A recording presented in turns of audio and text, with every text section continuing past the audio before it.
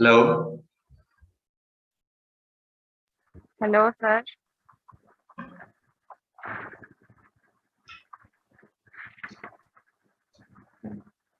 जी बच्चे आप बोल रहे हैं, आवाज आ रही है? जी आ रही है। जी sir.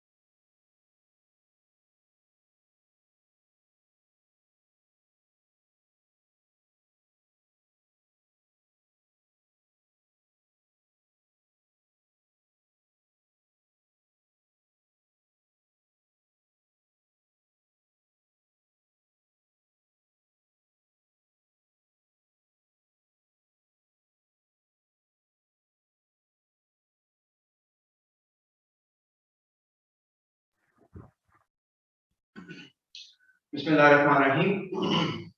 Assalamu alaikum and welcome to all of you. वालेकुम सलाम। ओके बेटा।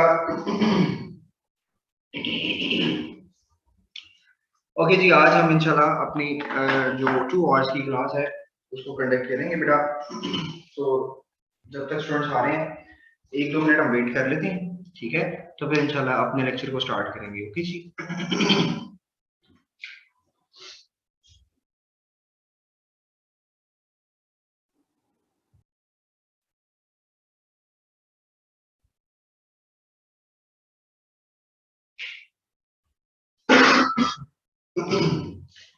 सर बेंजीन पढ़ना आज हमने। आज बेटे अल्केन अल्कीन अल्काइन के कुछ रिएक्शन होंगे, बेंजीन और इंशाल्लाह अल्काइन है। तो जहां तक मैक्सिमम काम हो सकेगा इंशाल्लाह उसको कवर करेंगे, ठीक है? जी।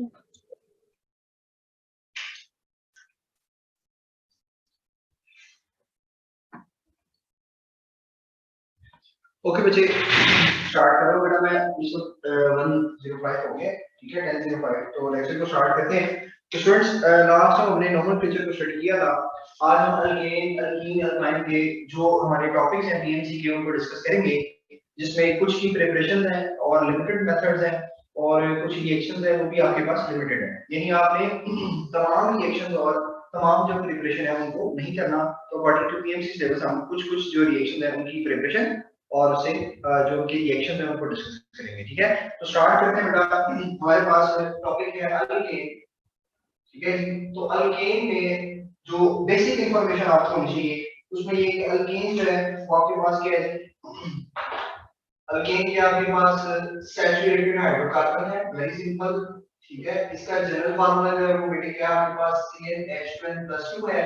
इसका जो सिंपलेस्ट मेंबर है वो आपके पास कौन सा है? CH4 है, ठीक है? इसमें सर आप जूम कर दें। बेटा जूम ही है। वो जूम करेंगे ना फिर ऊपर सर नीचे से बारिश की वजह से नेट बहुत ज्यादा वीक होता है सर, सही तरह से दिखाई नहीं देता। किसकी वजह से? सर नेट, सर बारिश हो रही है सर, मतलब इस वजह से बहुत ज्यादा प्रॉब्लम होती है। मोबाइल की सिग्नल नहीं आ रही इस वजह से। ओके अब ठीक है जी, देखिए कंपैरेटिवली बेहतर हुआ है। जी सर। चलिए हम देख लेते हैं। ओके, तो अल्केन बेटा सैचुरेटेड है, मैंने जनरल फार्मूला लिख दिया। हाइब्रिडाइजेशन की बात करें तो अल्केन में नॉर्मली क्या होती है आपके पास बेटे sp3 हाइब्रिडाइजेशन होती है, ठीक है। तो ये बातें आपने कुछ जो है वो इससे रिलेटेड याद रखनी है। इसके साथ जो बात करूं अगर इनके बॉइलिंग पॉइंट के लिहाज से, तो स्टूडेंट्स आपके पास फॉर एग्जांपल एक एन ब्यूटेन है, या मैं सिंपली लिखता हूं एन अल्केन जो है इसका मेल्टिंग पॉइंट और बॉइलिंग पॉइंट ये हायर होता है बेटे किससे, जो आपके पास आइसो अल्केन जो है, ठीक है, आइसो अल्केन के मेल्टिंग पॉइंट से, ठीक है बेटे। क्योंकि जो एन अल्केन होता है इसमें सरफेस एरिया ज्यादा होता है, ठीक है, इसमें क्या होता है सरफेस एरिया ज्यादा होता है, ये पॉइंट आपने याद रखना है, ठीक है। ओके, एक और प्रॉपर्टी अगर आप देख लें, इनकी सॉल्युबिलिटी के पॉइंट ऑफ व्यू से बात करूं, नॉर्मली ये तो लेस सॉल्युबल होते हैं, लेकिन अगर सॉल्युबिलिटी का ट्रेंड दिखाया जाए तो वो इन्वर्स होगा किसके, नंबर ऑफ कार्बन एटम्स के, नंबर ऑफ कार्बन एटम्स के, ठीक है जी। तो ये कॉमन बातें हैं जो आप याद रखेंगे। तो नेक्स्ट क्लास में मूव करते हैं, ये कुछ इसकी जनरल बातें थी। अब अगर आप इनके रिएक्शन देखें तो अल्केन जो है स्टूडेंट्स वो आपके पास तीन तरह के रिएक्शंस यहां पे शो करेगा, जिसमें थर्मल रिएक्शन है, थर्मल है आपके पास, फिर इसमें सब्स्टिट्यूशन भी शो करता है, सब्स्टिट्यूशन शो करेगा, या ये कैटालिटिक आपके पास रिएक्शन शो करेगा, ठीक है। और इसी में फर्दर हम एक सब्स्टिट्यूशन के अंदर जो टाइप स्टडी करेंगे वो आपके पास होगी फ्री रेडिकल सब्स्टिट्यूशन, ठीक है। और इसी को इंशाल्लाह हम डिटेल में डिस्कस करेंगे। लेकिन बाकी भी जो थर्मल है या कैटालिटिक है, क्योंकि ये इंपॉर्टेंट है, आगे भी यूज होंगी, तो इसलिए मैं आपको थर्मल और कैटालिटिक के बारे में भी आइडिया दे रहा हूं। थर्मल में सिंपली कंबशन है, और इसमें आपको ये पता होना चाहिए कंप्लीट कंबशन और इनकम्प्लीट कंबशन दो तरह की हो सकती है, ठीक है बेटे। तो आपके पास जो कंबशन है वो दो टाइप्स की हो सकती है, कंप्लीट भी हो सकती है, ठीक है जी, और आपके पास इनकम्प्लीट भी हो सकती है। कंप्लीट कंबशन या इनकम्प्लीट कंबशन, कंप्लीट कंबशन में कार्बन डाइऑक्साइड और वाटर फॉर्मेशन होती है, और इनकम्प्लीट कंबशन में कार्बन मोनो कार्बन और वाटर फॉर्मेशन होती है। ये प्रोडक्ट आपने याद रखने हैं, ठीक है बेटे।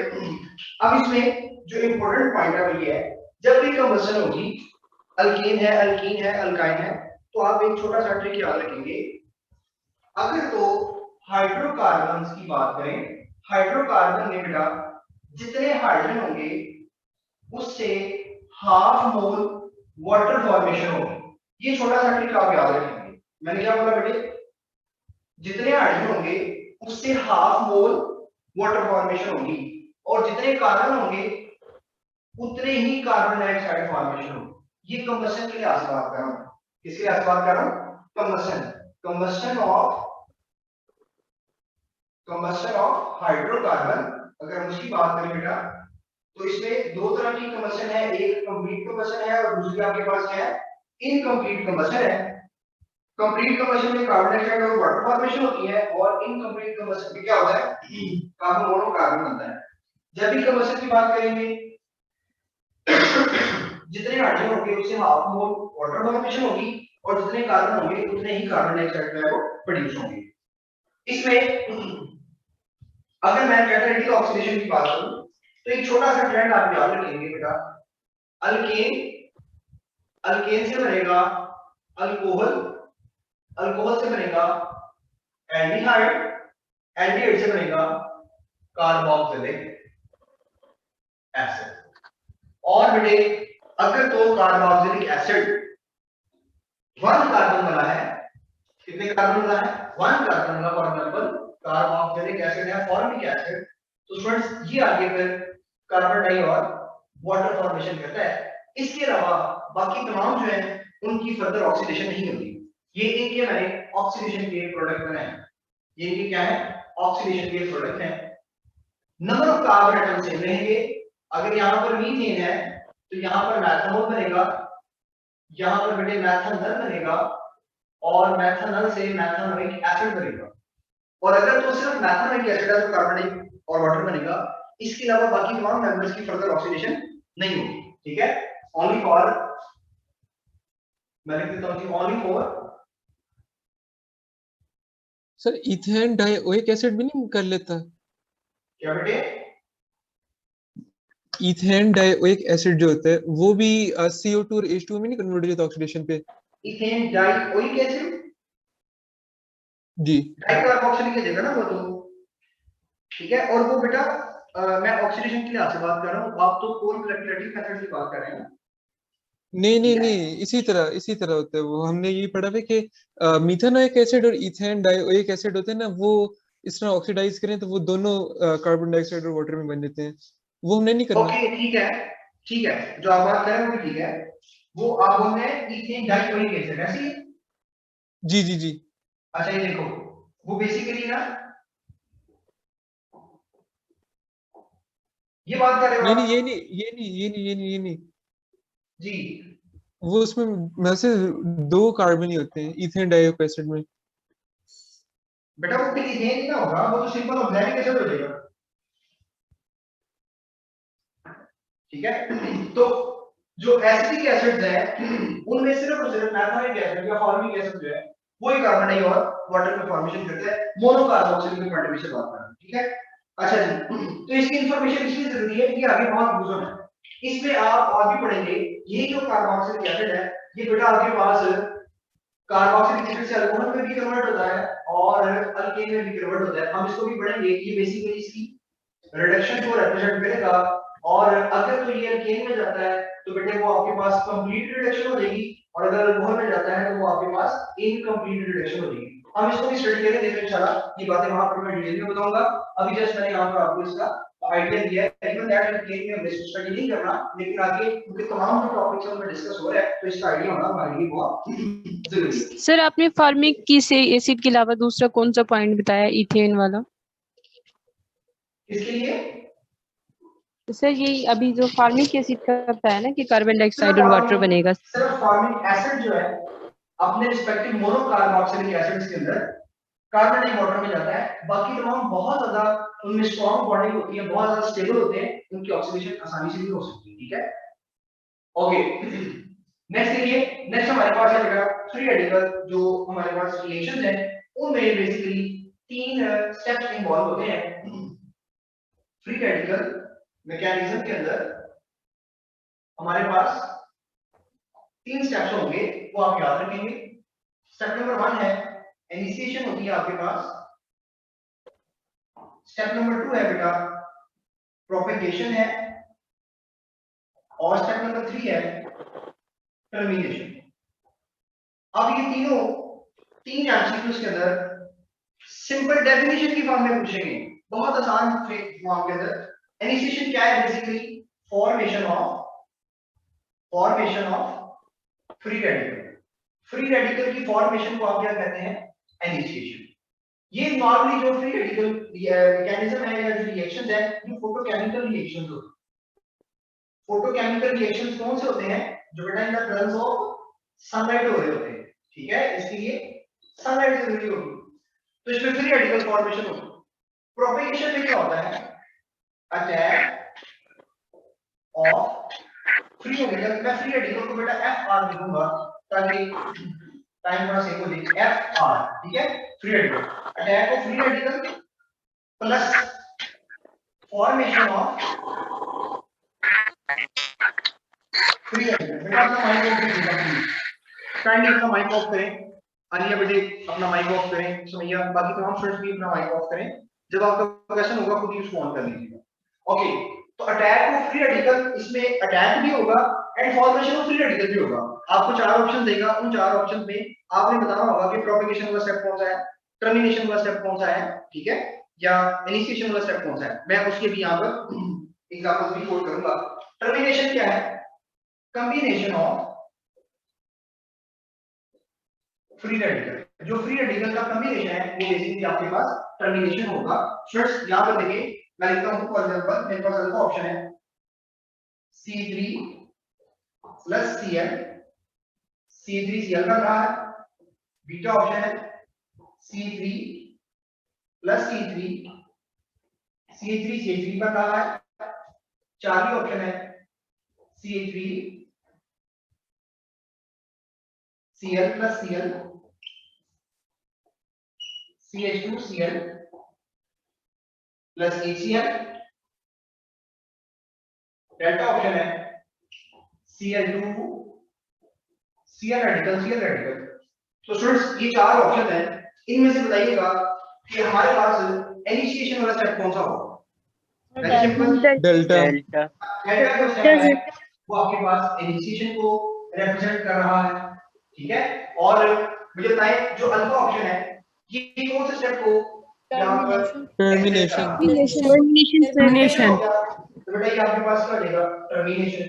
बीटा ऑप्शन क्या होगी, दो रेडिकल माइनस कर, तो ये भी क्या होगा बेटा आपके पास टर्मिनेशन स्टेप होगा। चार ऑप्शन क्या होगा, अटैक प्रोपगेशन न्यू रेडिकल, तो ये बेटा आपके पास कौन सा स्टेप हो जाएगा, प्रोपगेशन स्टेप हो जाएगा। तो बहुत ही सिंपल ये बातें हैं, आप इसको याद रखेंगे। अब इसमें नॉर्मली हम जो स्टडी करते हैं वो हैलोजिनेशन को स्टडी करते हैं। किसको स्टडी करते हैं बेटा, हैलोजिनेशन को। ओके, हम जिसको डिस्कस करते हैं वो है आपके पास हैलोजिनेशन। तो हैलोजिनेशन के अंदर नॉर्मली जो ट्रेंड है हमारे पास उसमें फ्लोरीन है, फिर क्लोरीन है, फिर ब्रोमीन है और आयोडीन। ये इनकी रिएक्टिविटी का ऑर्डर है जो आप याद रखेंगे विद द अल्केन। अल्केन के साथ रिएक्टिविटी का ऑर्डर सबसे ज्यादा क्लोरीन है, फिर ब्रोमीन है और देन लास्ट पे क्या है बेटा आपके पास आयोडीन। ओके जी, तो हमने अल्केन के अंदर जस्ट इसी को डिस्कस करना था। नेक्स्ट हमारे पास जो टॉपिक है वो है बेटा अल्कीन। अल्कीन में सर ये लास्ट पॉइंट एक्सप्लेन कर दें, फ्लोरीन क्लोरीन वाला। Reactivity order of halogens with alkane मैंने मेंशन किया, सबसे ज्यादा रिएक्टिविटी फ्लोरीन की है, फिर क्लोरीन, फिर ब्रोमीन और फिर आयोडीन, ठीक है। जैसे क्लोरोइथेन बना या इस तरह का कोई भी प्रोडक्ट बनता है तो आपने जस्ट उसमें ये देख लेना है कि किसकी रिएक्टिविटी ज्यादा होगी, ठीक है। फ्लोरीन सर लेकिन क्लोरीन की ज्यादा नहीं होगी सर, वो मतलब पिकलर बिहेवियर शो करता है सर फ्लोरीन। देखिए आपने हर जगह पर जो प्रॉपर्टी डिस्कस कर रहे होते हैं उसके अकॉर्डिंग उसकी एब्नॉर्मलिटी को डिस्कस करते हैं। ऐसा नहीं है कि अगर फ्लोरीन का एब्नॉर्मल इलेक्ट्रॉन एफिनिटी वाला ट्रेंड है तो इलेक्ट्रोनेगेटिविटी भी एब्नॉर्मल होगी, रिएक्टिविटी भी एब्नॉर्मल होगी, ऐसा नहीं होता। हम नॉर्मली कहते हैं फ्लोरीन तो रिएक्ट ही नहीं करता, बहुत ज्यादा रिएक्टिव होता है, एक्सप्लोसिव होता है, इसका रिएक्शन कंट्रोलेबल नहीं होता। सो दैट्स व्हाई हम फ्लोरीन को बहुत कम डिस्कस करते हैं। और इसके रिस्पेक्टिव अगर आयोडीन को देखें तो बेटा बहुत पैसिव होता है, ठीक है। ऐसा नहीं कि रिएक्शन नहीं करता, लेकिन हम इसके रिएक्शन देखेंगे बहुत कम होंगे, डायरेक्ट फॉर्मेशन नहीं कर रहा होगा, इनडायरेक्ट फॉर्मेशन करेंगे हम इसमें, ठीक है। तो इसलिए नॉर्मली क्लोरीन ब्रोमीन को डिस्कस करेंगे। रिएक्टिविटी ऑर्डर यही होगा, हाँ कौन बहुत ज्यादा एक्सप्लोसिव रिएक्शन करेगा, फ्लोरीन कंट्रोलेबल नहीं होगा, ठीक है। आयोडीन बहुत ज्यादा पैसिव रिएक्शन शो करेगा, ऑर्डर इसका यही होगा। नेक्स्ट देखें अल्कीन की बात करते हैं। अब हम अल्कीन में देखें तो नॉर्मल जो बातें हैं वो उसी तरह से, लाइक ये क्या होगा बेटे, अनसैचुरेटेड होगा, क्या होगा जी, अनसैचुरेटेड होगा।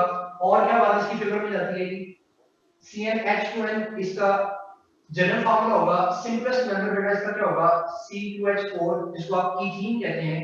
इसकी हाइब्रिडाइजेशन की बात करें तो sp2 हाइब्रिडाइजेशन होगी और ये बातें सारी अल्कीन की फेवर में चली जाएंगी। अल्कीन जो है इसमें आपके पास बेसिकली अगर मैं इसका स्ट्रक्चर ड्रा करूं, अल्कीन जो है ये आपके पास है CH2 डबल बॉन्ड CH2 है, फॉर एग्जांपल सिंपलेस्ट मेंबर है जिसको मैंने ईथीन लिखा। तो बेटा इसमें आपके पास एक सिग्मा बॉन्ड है और एक पाई बॉन्ड है, ठीक है। सिग्मा और पाई बॉन्ड होने की वजह से, जिसका पाई बॉन्ड है क्योंकि वो यूजली पैक्ड होगा तो इसकी वजह से इसकी रिएक्टिविटी जो है वो क्या हो जाती है, इंक्रीज हो जाती है due to the presence of pi bond. इसमें एक पाई बॉन्ड मौजूद होता है। अब अल्कीन के अंदर बेटा ये हमारे पास सिंगल अल्कीन भी हो सकता है, डाइकीन भी हो सकता है, ट्राइकीन भी हो सकता है, डिपेंड कि कितने उसमें डबल बॉन्ड्स मौजूद हैं, ठीक है। उसकी बेस पर हम इसको क्लासिफाई भी कर सकते हैं। अब हमने यहाँ पर जो इनके रिएक्शन स्टडी करने हैं उसमें अल्काइल हाइड और अल्कोहल दो से हमने इसकी प्रिपरेशन स्टडी करनी है और कुछ फिर इसकी जो है वो रिएक्शन है वो मैं डिस्कस करूंगा। तो प्रिपरेशन ऑफ अल्कीन की बात करते हैं। प्रिपरेशन में नॉर्मली हमारे पास यहाँ पर जो रिएक्शन है अल्काइल हैलाइड का, अल्काइल हैलाइड से आप अल्काइल हैलाइड कोई भी आप यूज कर सकते हैं। फॉर एग्जांपल बेटा CH3 CH2Cl है, अगर आप इसका रिएक्शन करवाते हैं KOH के साथ, कंडीशन क्या होगी बेटा, अल्कोहलिक KH होगा। क्या होगा, अल्कोहलिक KH होगा। तो स्टूडेंट्स यहाँ पर आपके पास अल्कीन फॉर्मेशन होगा, क्या बनेगा? अल्कीन। यहाँ पर इसके एग्जांपल्स में एक और भी इक्वेशन होती है जिसमें अल्कोहलिक की बजाय एक्वस यूज होता है। जब भी आप अल्कोहलिक यूज करेंगे तो स्ट्रॉन्ग बेस बनती है, और स्ट्रॉन्ग बेस बनने से ये रिएक्शन एलिमिनेशन रिएक्शन होगा। ये कौन सा रिएक्शन होगा? Elimination reaction. आपको इसकी टाइप पता होना बहुत जरूरी है। ये बेसिकली एलिमिनेशन रिएक्शन है, और इसकी रीजन क्या है कि जो केएच यूज कर रहे हैं बेटा वो अल्कोहलिक है। इसी के रिजल्ट्स में एक और बात याद रखिएगा, अगर आप नोट में याद रख लें, अगर स्टूडेंट्स आप अल्काइल हाइड्राइड का रिएक्शन एक्वस केओएच के साथ करवाते हैं, इसके साथ करवाते हैं जी KOH होगा, लेकिन वो क्या होगा बेटे? एक्वस फॉर्म में होगा, तो फिर आपके पास C3CH2OH बनेगा। ये जो रिएक्शन है ये आपके पास न्यूक्लियोफिलिक सब्स्टिट्यूशन रिएक्शन होगा। ये क्या होगा? न्यूक्लियोफिलिक सब्स्टिट्यूशन रिएक्शन होगा। तो आपने ये बात याद रखनी है, ये कंपैरिजन में बहुत दफा क्वेश्चन पूछा जाता है।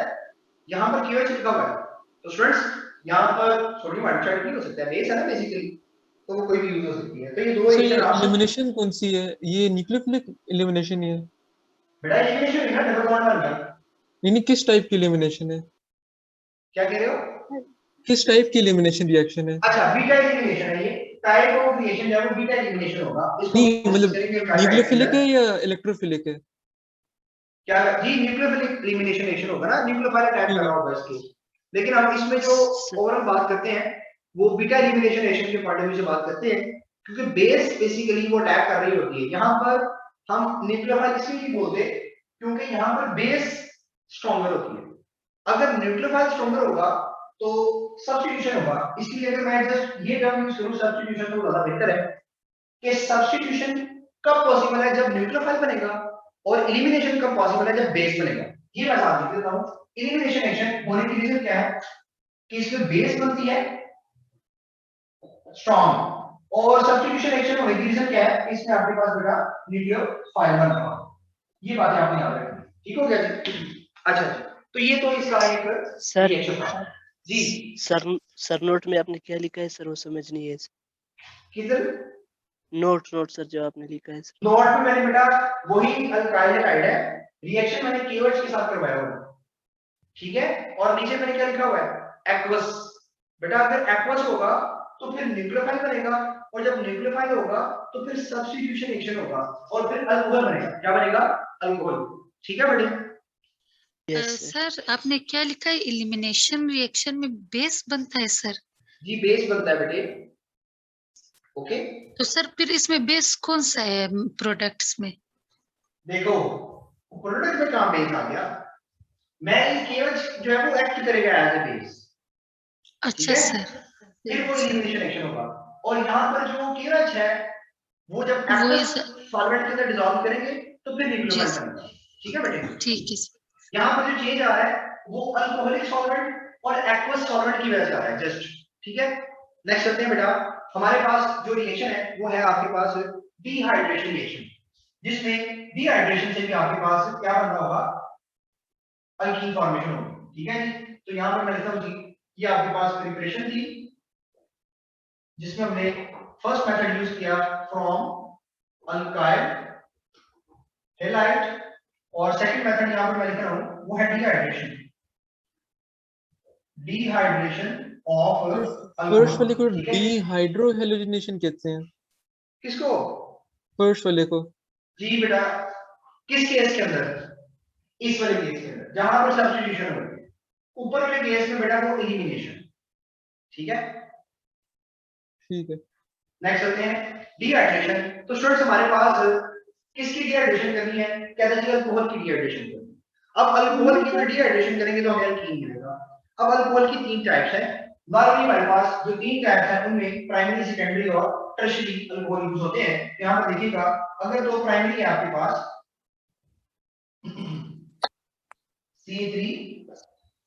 CH2OH सिंपल प्राइमरी मैंने ले लिया, सेकेंडरी है तो C3CH OH है, और टर्शियरी यहाँ पर मैं लिख देता हूँ बेटा, ये आपके पास टर्शियरी अल्कोहल है।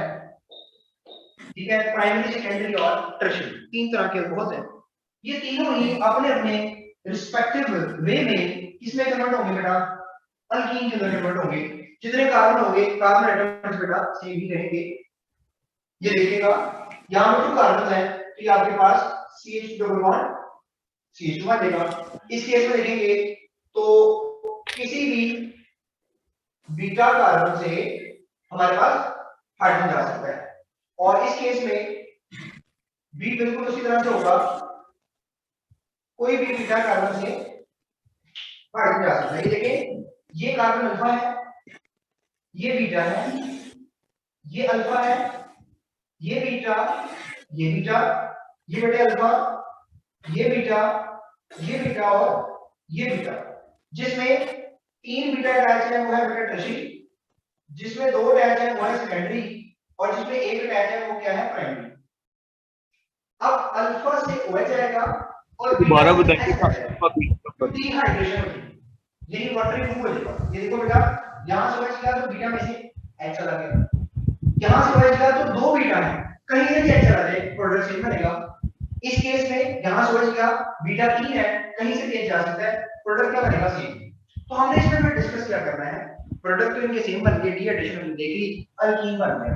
इसमें जो मेजर डिफरेंस है बेटा वो इसमें मौजूद कैटलिस्ट है, रिएक्टिविटी की बेस पर कैटलिस्ट है। अगर आप टर्शियरी की पहले प्राइमरी लिखा है, प्राइमरी की बात करें तो इसमें आपको 85% क्या यूज करना पड़ेगा, सल्फ्यूरिक एसिड यूज करना पड़ेगा, और टेंपरेचर रेंज 140 से लेकर 170 डिग्री सेल्सियस है, ठीक है। लेकिन अगर आप बात करते हैं सेकेंडरी की, तो सेकेंडरी में ये परसेंटेजेस और टेंपरेचर कम होगा, जैसे तकरीबन 100 डिग्री सेल्सियस टेंपरेचर रिक्वायर होगा और 60% सल्फ्यूरिक एसिड होगा।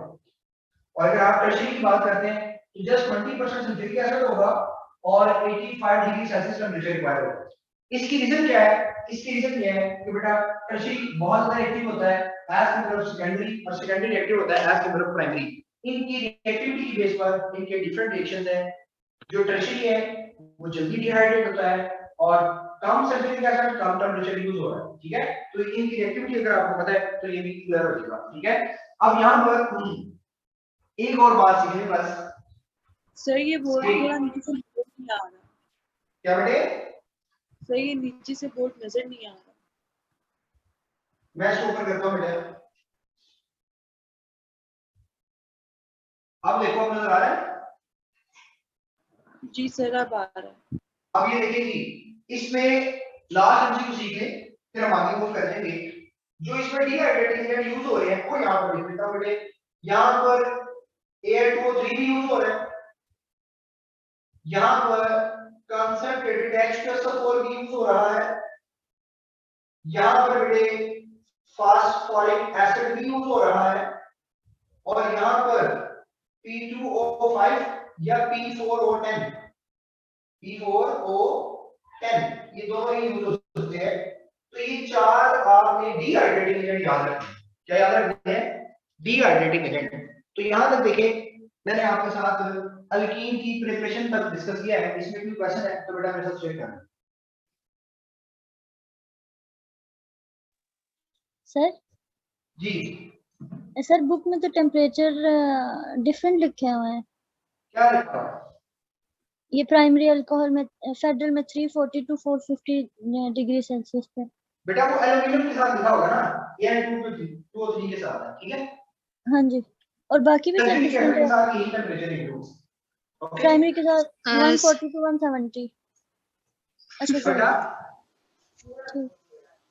सर पीटीबी में टर्शियरी का जो है वो सर इनमें बेस्ट डिहाइड्रेटिंग एजेंट कौन सा है सर इन सब में से? देखो ये सारे ही हमारे पास डिहाइड्रेटिंग एजेंट है। जो एमसीक्यू आएगा उनमें ये चारों ऑप्शन में से आप किसी को भी टिक कर सकते हैं। एमसीक्यू इसका बनता है, उसने बाकी तमाम डाले होंगे और उनमें इनमें से कोई एक ऐड किया होगा, ठीक है। ये तमाम के तमाम ही डिहाइड्रेटिंग एजेंट है। सर हर डिहाइड्रेटिंग एजेंट के साथ डिफरेंट टेम्परेचर होगा? जी बेटे डिपेंड करता है उसकी एसिडिक स्ट्रेंथ के ऊपर भी, ठीक है। लेकिन जो ट्रेंड है ना वो सेम होगा। ट्रेंड क्या होगा? सेम। जैसे अगर आप बात कर रहे हैं टर्शियरी की तो इसमें जो भी कैटलिस्ट यूज करेंगे उसकी परसेंटेज कम होगी, ठीक है। तो सल्फ्यूरिक एसिड कंसंट्रेटेड क्योंकि इजीली अवेलेबल होता है तो नॉर्मल रिएक्शन इसी के अकॉर्डिंग लिखी है, ठीक है सर जल्दी बोलना है सर शाबाश प्रिपरेशन क्वेश्चन करिए। सर प्रिपरेशन में एलिमिनेशन रिएक्शन सर एक बार समझा दो प्लीज। बेटा पहला एलिमिनेशन वो रिएक्शंस होते हैं जिसमें देखो एलिमिनेशन हो किसी ग्रुप की और वो सैचुरेटेड से अनसैचुरेटेड में चले जाएं। ये देखो बेटा इसमें यहां से क्लोरीन और यहां से H रिमूव हुआ, यहां से क्लोरीन और यहां से H रिमूव हुआ, तो इट मींस ये कौन सा रिएक्शन हो गया? एलिमिनेशन। कौन सा रिएक्शन हो गया? एलिमिनेशन रिएक्शन हो गया। Okay yes sir. चलिए नेक्स्ट चलते हैं बेटा। नेक्स्ट हमारे पास ये कुछ रिएक्शन है उनको देखेंगे।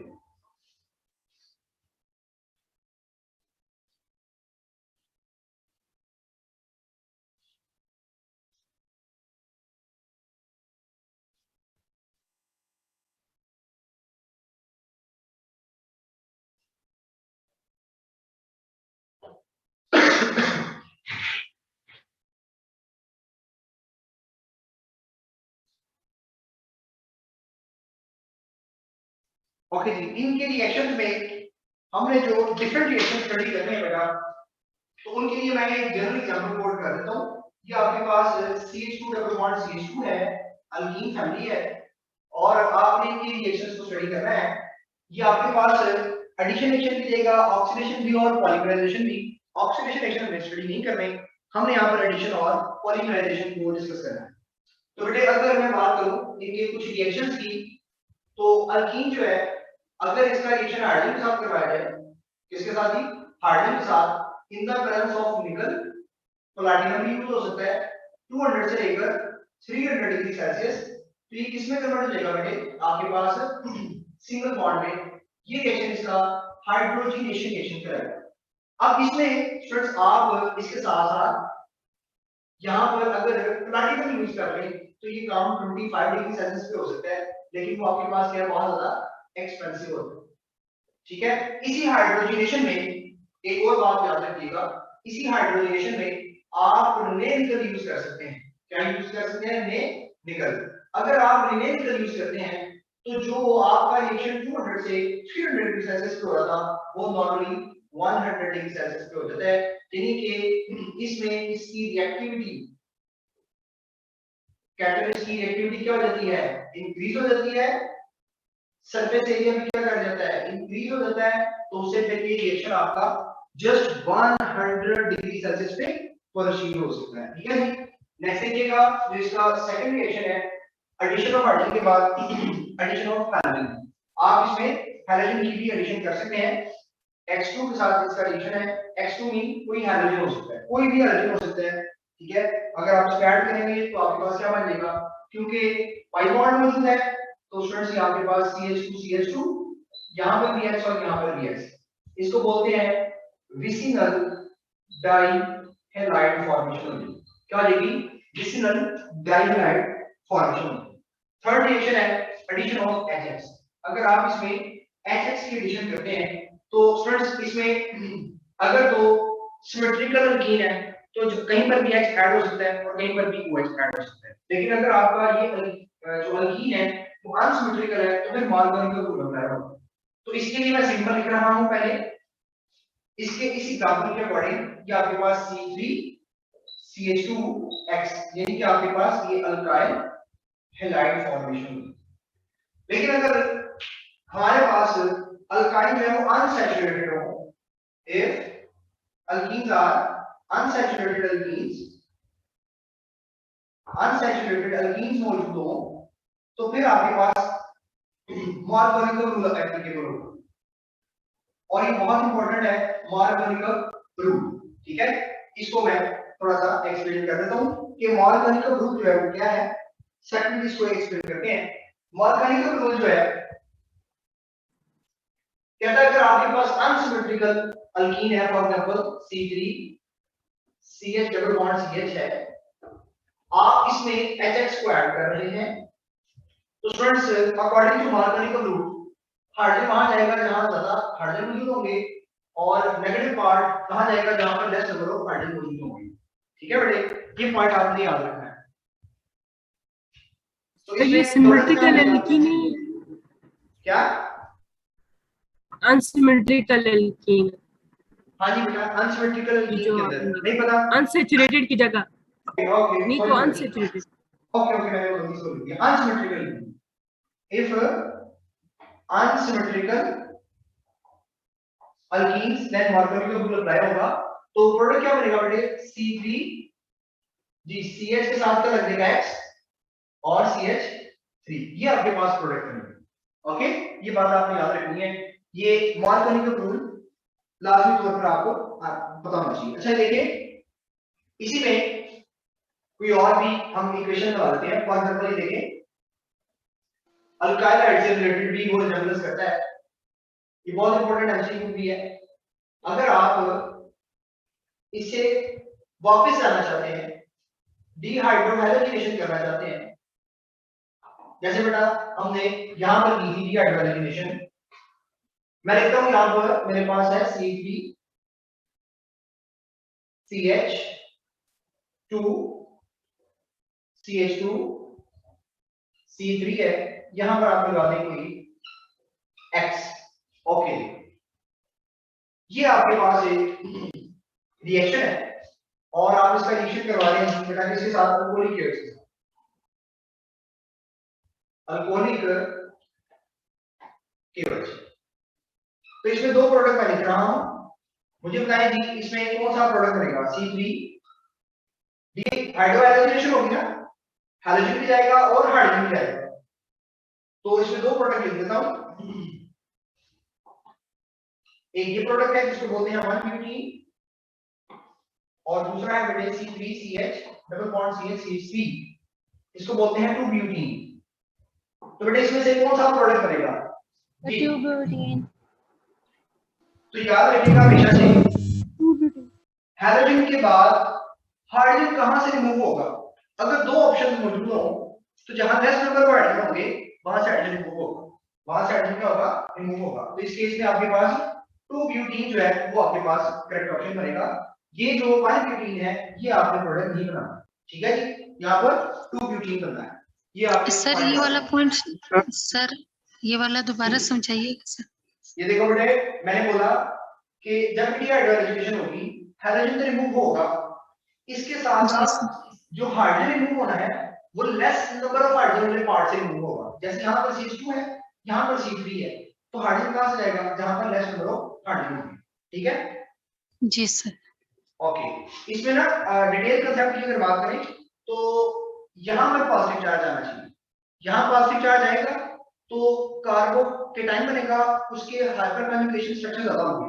इस केस में यहां पर पॉजिटिव चार्ज आएगा तो जस्ट 2 पॉसिबिलिटीज होंगी, तो जिसके कन्जुगेशन स्ट्रक्चर ज्यादा होते हैं वो ज्यादा स्टेबल होता है, इसलिए यहां से हाइड्रोजन रिमूव होता है। तो बस आपने इतना याद रखना है, जहां लेस नंबर ऑफ हाइड्रोजन होंगे वहां से हाइड्रोजन रिमूव होगा। इन केस ऑफ सर इसमें स्टेबिलिटी ऑफ कार्बोकेटाइन को देखेंगे सर? जी हाँ, स्टेबिलिटी ऑफ कार्बोकेटाइन देखते हैं, जिस कार्बोकेटाइन के ज्यादा कंट्रीब्यूटिंग स्ट्रक्चर होते हैं वो ज्यादा स्टेबल होता है। जैसे डिहाइड्रेशन में मैंने अल्कोहल की बात की थी, तो टर्शरी, सेकेंडरी और प्राइमरी आपने पढ़ा होगा, अगर आपको याद हो, जिसमें OH ग्रुप इन्वॉल्व होता है वो उसमें टर्शरी ज्यादा स्टेबल होता है कार्बोकेटाइन, ठीक है, और अगर कार्बोकेटाइन ज्यादा स्टेबल है तो वो रिएजेंट ज्यादा रिएक्टिव होगा, ठीक है। अच्छा, अब नेक्स्ट चलते हैं बेटा, हमारे पास दो रिएक्शन के मजीद हैं, एक एडिशन ऑफ वाटर है, इसमें फर्दर एडिशन ऑफ वाटर, तो वेरी सिंपल है बेटे, जब वाटर की एडिशन होगी in the presence of sulphuric acid यहां पर काम होता है, तो ये आपके पास किसमें कन्वर्ट हो जाएगा? C3CH2OH में, यानी अल्कोहल फॉर्मेशन होगी। तो ये भी आपको पॉइंट याद रखना है कि अगर आप अल्कीन से अल्कोहल बनाना चाहते हैं तो कौन सा रिएजेंट, कौन सा आप रिएक्शन प्रोसीड करवाएंगे, ठीक है। तो वाटर का रिएक्शन होगा in the presence of sulphuric acid. इसमें जो इंटरमीडिएट बनता है, इंटरमीडिएट बनता है वो कौन सा होगा बता सकते हैं आप? उसका नाम क्या है जी? Alkyl hydrogen sulphate. Alkyl hydrogen sulphate. Very good बेटा, इथाइल हाइड्रोजन सल्फेट। तो ये बातें भी आपको साथ साथ में स्टडी करनी है। अब इसका लास्ट क्वेश्चन है हमारे पास, वो है किसके साथ जनाब? हाइपोथैलस एसिड के साथ है, HOX के साथ है। तो वेरी सिंपल बेटा, जहां पर डबल बॉन्ड है उसमें एक साइड पर एक्स आ जाएगा और एक साइड पे क्या आ जाएगा, ओ एच आ जाएगा। इसको बोलते हैं हाइपोहेलस एसिड। अगर क्लोरीन है तो हाइपोक्लोरस हो जाएगा, अगर ब्रोमीन है तो हाइपोब्रोमस एसिड हो जाएगा। ये मैंने आपके साथ इनके कुछ रिएक्शन जो है उनको डिस्कस किया। यहां तक देखिए, बेटा कोई क्वेश्चन है तो दूसरा डिस्कस करें। सर ये जो आपने HOX डाला है इसमें मार्कोनिकॉस रूल लगते हैं? क्या जो आपने HOX डाले हाँ और जी, अनसिमेट्रिकल एल्कीन हो तो उसके ऊपर फर्क पड़ता है कौन सी साइड पे क्या लगाना है? हाँ उस पे भी ये फर्दर एप्लीकेबल हो सकता है जी, ठीक है, अनसिमेट्रिकल पे भी एप्लीकेबल हो सकता है। यहाँ पर बेसिकली H जो है वो पॉजिटिव की फॉर्म में होगा, ठीक है, और OH जो है वो नेगेटिव की फॉर्म में। ओके, नीचे करते हैं। क्या बेटे? सर अनसिमेट्रिकल सर रीजन जो तो पॉजिटिव होते हैं वो ज्यादा हाइड्रोजन पे लगाना होता है? जी, हमेशा पॉजिटिव पार्ट अनसिमेट्रिकल रिएजेंट का उस कार्बन पे जाएगा जिसके पास ज्यादा हाइड्रोजन होंगे, ठीक है। सर आपका ये लास्ट वाला रेट में नजर नहीं आ रहा, वो थोड़ा कैमरा नीचे कर। ओके, ये देखो जी लास्ट वाला देख लें। ओके जी सर। ओके जी,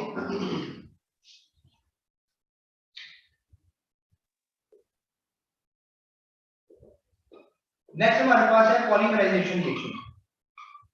तो बेटे polymerisation reaction of alkene very simple है। आप n number of carbon atom use करेंगे मोनोमर इथीन के, और इसकी पॉलीमराइजेशन से आपके पास पॉलीइथाइलिन बन जाएगा, ठीक है। क्या बन जाएगा आपके पास? पॉलीइथाइलिन बन जाएगा। इसमें जो एमसीक्यू है वो यही है कि कौन से कैटलिस्ट कितनी परसेंटेज है, क्या टेम्परेचर है और क्या प्रेशर है। तो इसमें 0.1% ट्रेसेस ऑफ ऑक्सीजन होती है, ठीक है। फिर इसमें 400 डिग्री सेल्सियस टेम्परेचर, ये आपको याद रखना है, 200 एटमॉस्फेरिक प्रेशर, ये याद रखना। इसमें जो एमसीक्यू पूछ लेता है कि अगर आप बेटे बेटर क्वालिटी ऑफ पॉलीमराइजेशन चाहते हैं, आप चाहते हैं बेटर क्वालिटी ऑफ पॉलीमराइजेशन हो, तो फिर क्या करेंगे आप? इसमें जो कैटलिस्ट यूज करेंगे वो आपको याद होना चाहिए, टाइटेनियम टेट्राक्लोराइड। आपने इसको ट्रांजिशन एलिमेंट्स के अंदर भी डिस्कस किया था। और इसी तरह से ट्राइइथाइल एल्यूमिनियम, ये दो कैटलिस्ट यूज करेंगे तो बेटर क्वालिटी ऑफ पॉलीमराइजेशन जो है वो आपको मिलेगा। सर प्रेशर 100 नहीं है? सर प्रेशर 100 है यहाँ पे पीटीबी में, तो 100 मेंशन है। शायद देख लें, अगर 100 है तो मुझे बता दीजिएगा। 100 यस सर 100 ही है। सर 100 है सर, 100 है। Yes sir. Yes sir. Okay 100 atmosphere. Okay जी, ओके नेक्स्ट देखिएगा, ये हमारे पास रिएक्शन से विद रिस्पेक्ट ऑफ अल्कीन। अब हमारे पास जो पार्ट है, हाइड्रोजनेशन से एक क्वेश्चन पूछना था, ये कि हाइड्रोजनेशन का जो उन्होंने कहा कि रहने निकल के साथ जब हम करेंगे तब जो प्रेशर है वो 3 atm तक देना पड़ेगा, वैसे 1 to 5 atm होगा, पीटीबी में ही लिखा हुआ है। तो सर अगर जनरल हमसे जी जी प्रेशर की भी रेंज है। हाँ जी, 2 रेंजेस दी हुई है ना, एक 1 to 5 atm है और एक 3 atm दी हुई है पीटीबी में। तो वैसे हमसे जनरल हाइड्रोजनेशन का पूछें तो हमें क्या मतलब कौन सी बेस्ट रहेगी ऑप्शन? अगर जनरल लिखे, हाँ जी, लिखा हुआ है ना पीटीबी में, एक जगह पे 1 to 5 atm है और एक जगह पे 3 atm दिया हुआ है। आप 1 to 5 वाली रेंज लिखेंगे ना इसके अंदर, ठीक है। अच्छा, हाँ जी ओके सर। अच्छा नेक्स्ट बेटा आपके पास है अल्काइंस। ओके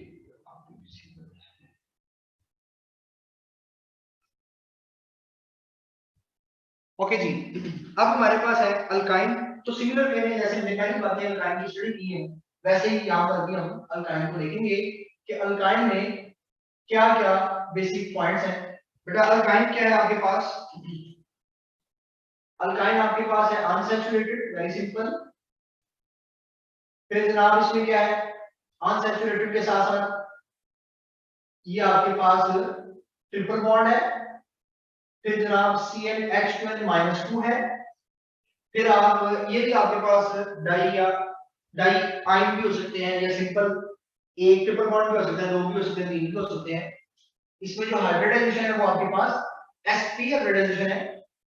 और अगर ट्रिपल बॉन्ड की बात करें तो एक सिग्मा है और दो पाई बॉन्ड मौजूद है, एक सिग्मा है और दो पाई बॉन्ड मौजूद है। sp हाइब्रिडाइजेशन है और इसका जो सिंपलेस्ट मेंबर है वो कौन सा आपके पास, वो आपके पास है एसिटाइलिन C2H2, यानी कि इसमें H C triple bond C H, इसमें सिग्मा बॉन्ड है और दो पाई बॉन्ड मौजूद है बिटवीन द कार्बन कार्बन। मैं ओवरऑल बात नहीं कर रहा, जस्ट कार्बन कार्बन के लिहाज से बात कर रहा हूं। इसमें जो हमने रिएक्शन स्टडी करना है बेटा, उसमें एलिमिनेशन रिएक्शन को हमने डिस्कस करना है, जिससे अल्काइंस की प्रिपरेशन होगी। तो जस्ट हम यहाँ पर जो रिएक्शन डिस्कस करेंगे फॉर द प्रिपरेशन वो है एलिमिनेशन रिएक्शन। तो प्रिपरेशन में लिखिएगा, हम जस्ट डिस्कस करेंगे बेटा एलिमिनेशन रिएक्शन, और उन एलिमिनेशन रिएक्शन में दो रिएक्शंस हैं। जो भी रिएक्शन पढ़ा रहे हैं बुक से भी बस हमने यही पढ़ने हैं ना, मतलब इससे ज्यादा तो कुछ नहीं हमने पढ़ना बुक से भी। नहीं मैं आपको पीएमसी के अकॉर्डिंग बता रहा हूँ सारा, ठीक है जी सर, तो मतलब बता रहे हैं आपको। बाय द वे हाइड्रोकार्बन के अंदर मैं सजेशन ये दूंगा आप सारे को एक बार लाजमी पढ़िए, ठीक है, क्योंकि तकरीबन सारा पार्ट इन्वॉल्व है, 90% हाइड्रोकार्बन वाला पार्ट इन्वॉल्व है, एक एक रिएक्शन छोड़ा हुआ है वो कहीं और यूज हो रहा होता है, ठीक है। तो इसलिए आप कोशिश करेंगे तमाम के तमाम रिएक्शन याद करें। बेसिकली देखें आपको किस चीज का कंसेप्ट देना चाह रहा है, अगर आप अंडरस्टैंड करें तो यहाँ उसने बोला एलिमिनेशन रिएक्शन, वो ये नहीं चाह रहा कि आपको ये इससे ये बनाना आता हो ये बनाना आता हो, आपको उसका मैकेनिज्म बताओ, आपको ये बताओ ये एलिमिनेशन है सब्स्टिट्यूशन है, कौन सा रिएक्शन जो है वो चला, ठीक है। ओके बेटा, अब हम थोड़ा सा तेज चलते हैं, थोड़ा आगे मूव करें। इसमें दो रिएक्शन है। जी बेटा सर, प्रॉपर्टीज करनी है इनकी हाइड्रोकार्बन्स की, जस्ट रीड कर लें कि पहले कुछ मेंबर जो है वो लिक्विड है, सॉलिड है, गैसेस है, दूसरे पे लिक्विड है पर सॉलिड है, कलरलेस है, ये इनकी एक दो बातें जो है वो आप लाजमी तौर पे डिस्कस कीजिएगा, ठीक है। मैंने कहा आप ओवरऑल ओवरव्यू ले लीजिएगा, 90% सिलेबस इंक्लूडेड है, 10% नहीं। ओके, एलिमिनेशन में दो तरह की रिएक्शंस हैं।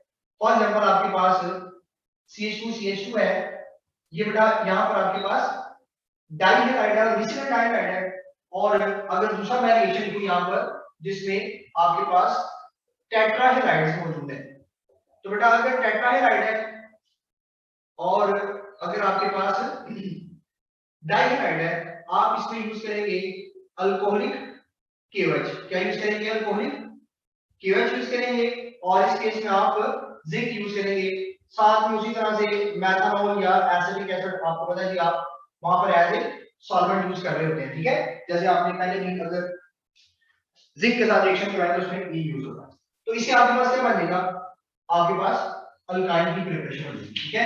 ये दोनों ही रिएक्शन जो है वो एलिमिनेशन रिएक्शन है। अगर इसकी बात करें तो ये बेटा आपके पास है डीहाइड्रो हैलोजिनेशन, और अगर दूसरे वाले की बात करें तो वो जस्ट डीहैलोजिनेशन, ठीक है। ये एक सिंपल सा प्रिपरेशन का रिएक्शन मैंने यहां पर मेंशन कर दिया है। नेक्स्ट हमारे पास इसकी कुछ रिएक्शंस हैं, हम उनको डिस्कस करते हैं। उन रिएक्शंस में जस्ट हमने 3 रिएक्शन को डिस्कस करना है, फिर हम इसकी एसिडिक नेचर को भी डिस्कस करेंगे, ठीक है। सो बेटा जो रिएक्शन है उनमें देखिएगा, मैं सिंपल मेंबर ले रहा हूं CH ट्रिपल बॉन्ड CH, वैसे ये एडिशन भी शो करेगा, ऑक्सीडेशन भी शो करेगा और पॉलीमराइजेशन भी शो करेगा, तो हम लिमिटेड डिस्कस कर रहे हैं। अब इसका अगर रिएक्शन देखा जाए हाइड्रोजन के साथ, जिस तरह से हमने इसका देखा NH के साथ और वाटर के साथ, तो वो रिएक्शन हमें डिस्कस करने हैं। तो बेटा इसमें पहला रिएक्शन है किसके साथ? हाइड्रोजन के साथ। अगर आप इसका हाइड्रोजन के साथ रिएक्शन देखते हैं, इन द प्रेजेंस ऑफ निकल प्लैटिनम, सिंपल रिएक्शन होगा बेटा C3CH3 अल्केन के अंदर कन्वर्ट हो जाएगा, ठीक है। अगर आप इसका रिएक्शन देखते हैं वाटर के साथ, तो देखें बहुत इंटरेस्टिंग है। अगर वाटर से रिएक्शन कर रहे हैं, आप यहाँ पर मर्क्यूरियस एसिड और सल्फ्यूरिक एसिड यूज करते हैं, तो बेटा बेसिकली यहाँ पर मॉर्गेलिक रूल ही अप्लाई हो रहा होता है, एक साइड पे H जाएगा और एक साइड पे O चला जाएगा, तो बनेगा क्या आपके पास? यहाँ देखिएगा ये बनेगा CH2 double bond CH OH। इसकी रीअरेंजमेंट होगी, और मैंने आपको ये बात टोटोमेरिज्म के अंदर भी पढ़ाई थी, आपके पास क्या बनेगा? एल्डिहाइड बनेगा। क्या बनेगा बेटे? एल्डिहाइड। इसमें एक इंपॉर्टेंट पॉइंट याद रखें, अगर स्टूडेंट्स मैं इसके अलावा कोई और मेंबर यूज करता हूं, जैसे मैंने यहाँ पर प्रोपाइन यूज किया, तो प्रोपाइन यूज करूंगा, इसका वाटर से रिएक्शन करवाऊंगा, तो बेटा इसमें जो प्रोडक्ट होगा वो डिफरेंट होगा, C3COH डबल बॉन्ड CH2 होगा और जब इसकी रीअरेंजमेंट होगी तो आपके पास फिर एसीटोन बनेगा। क्या बनेगा? एसीटोन। ये इंपॉर्टेंट पॉइंट आप याद रखेंगे कि किस वक्त आपके पास एल्डिहाइड बनना है, किस वक्त कीटोन बनना है। ये दो रिएक्शन आपको लाजमी याद करने हैं। ये कई दफा उसने सर ये लास्ट वाला दोबारा बता। बेटा प्रोपाइन यूज किया है, एक साइड पे एच जाएगा, यहां पर एच जाएगा, CH2 हो जाएगा और इस वाले कार्बन पे OH चला जाएगा। ठीक है, तो ये इनोल फॉर्म बन गई। इसकी रीअरेंजमेंट होगी बेटा, ये हाइड्रोजन इस वाले हाइड्रोजन के पास चला जाएगा, ये यहां पर C3 हो जाएगा और ऊपर डबल बॉन्ड बन जाएगा। ठीक है जी, आपने क्वेश्चन करना बेटा, हैंड रेज किया था। ओके नेक्स्ट देखें, एक और रिएक्शन हमारा रहता है इसमें, वो है HX H2O के साथ H2SO4 लिखा हुआ है। हाँ ये H2SO4, HgSO4 और H2SO4 दोनों एज ए कैटलिस्ट यूज होते हैं। अच्छा बेटे नेक्स्ट देखें, लास्ट जो इसमें रिएक्शन स्टडी करना है वो है रिएक्शन HX। तो बेटे इसमें जब आप HX के साथ रिएक्शन करते हैं, अगर आप फर्स्ट टाइम रिएक्शन करेंगे तो आपके पास क्या बनेगा?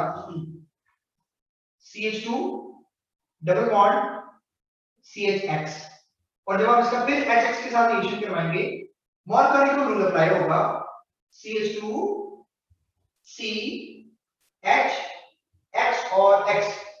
बेसिकली ये 1,1 डाइहाइड्राइड बनता है। कौन सा जी? 1,1। जरा गौर कीजिएगा, इसको मैं लिखूंगा बेसिकली ये जिमिनल डाइहाइड्राइड। ये क्या है आपके पास? जिमिनल डाइहाइड्राइड। कौन सा डाइहाइड्राइड है? जिमिनल डाइहाइड्राइड है। ये आप यहां तक इसको देख रहे हैं। ये कुछ रिएक्शन से जो मैंने आपके साथ अल्काइन के डिस्कस किए हैं। अब वेरी नेक्स्ट हम इसका एसिडिक बिहेवियर। सर ये जो फर्स्ट बेटा इसमें मॉर्कोनिकल रूल अप्लाई होगा। तो ये कार्बन के बॉन्ड तो कुछ ज्यादा नहीं होंगे।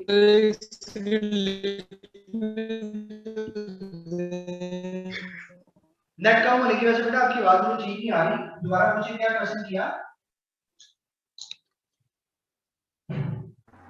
तो ये जो कार्बन है लगता है इसमें फिर इसके बॉन्ड ज्यादा नहीं होंगे। बेटा आपकी आवाज नहीं आ रही, दोबारा बोले। कौन बात कर रहा है? ऊंचा बोले थोड़ा सा। सर जो लास्ट पे बनाया गया ना आपने एक्स के साथ हाइड्रोजन, सर इसके बॉन्ड से फिर ज्यादा नहीं होंगे। कोई नहीं समझ आ रही। ये रिएक्शन पूछ रहे हैं HX वाला। यस सर यही क्वेश्चन है। यस सर ये इसमें क्या पूछा आपने? सर यही एक्सप्लेन कर दें दोबारा। ओके मैंने बात बोली बेटा, जब ये सिमेट्रिकल है ना, देखो एक साइड पे चला गया, एक साइड पे X आ गया, तो ट्रिपल बॉन्ड से किसमें चला गया? डबल बॉन्ड में। अल्काइल आपके पास ये सिंपल हाइड्रोजन की अटैचमेंट हो गई। अब सेकंड स्टेप के अंदर क्या होगा? मॉर्कोनिकल रूल अप्लाई होगा। हाइड्रोजन कहां जाएगा? जहां पर ऑलरेडी ज्यादा हाइड्रोजन होंगे, ठीक है, और X कहां चला जाएगा? जहां पर लेस होंगे। तो सॉरी ये आएगा C3, बस यहां पर 3 कर दें, बाकी ठीक है। CH3 सर CH और साथ में जहां पर X लगा था वहीं पर दूसरा X लगा। जब एक ही कार्बन पे दो हाइड्रोजन लगते हैं तो उसको बोलते हैं जिमिनल, और अगर दो एडजेसेंट कार्बन पे हाइड्रोजन लगे उसे बोलते हैं विसिनल। मैंने लिखा जिमिनल डाइहाइड्राइड, ये मैंने लिखा हुआ। जी बच्चे क्वेश्चन करें। सर ये जो हाइड्रोजनेशन ऑफ अल्काइन है सर, ये मतलब कैसे अल्काइन से डायरेक्ट अल्केन बने? पहले अल्कीन दो नहीं मोल बने। यूज करेंगे ना, मैं तो जनरल बातें, ये तो सिंपल सी बातें हैं, ठीक है बैलेंस कर रहे हैं, 2 मोल यूज कर रहे हैं, ठीक है। सही है सर। मैंने तो बस जनरल आपको समझाया कि इसमें ये चीजें पॉसिबल है। Sir, can you repeat what you said about Geminal and the other compound? बेटा थोड़ा ऊंचा बोलेगा, आपकी आवाज नहीं आ रही। Can you repeat what you said about Geminal and the other compound? ये देखिए बेटा, ये जिसमें दो एडजेसेंट कार्बन है ना, ये विसिनल है, इसे बोलते हैं विसिनल, क्योंकि एक कार्बन पे एक है, दूसरे कार्बन पे एक है। एडजेसेंट कार्बन पे होगा तो विसिनल। अगर सेम कार्बन पे दो हाइड्रोजन लग जाए तो जिमिनल। जैसे ये भी जिमिनल है, ये देखिए, ये जिमिनल है, ये वाला विसिनल, ये नीचे वाला geminal dihydride. Okay Okay, sir. Thank you. Okay बेटा, नेक्स्ट अब हम बात करते हैं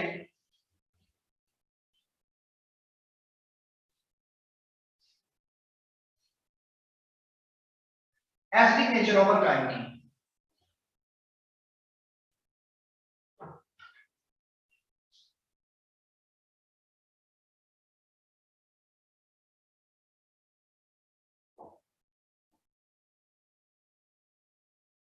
अच्छा जी, एसिडिक नेचर ऑफ अल्काइन में देखिएगा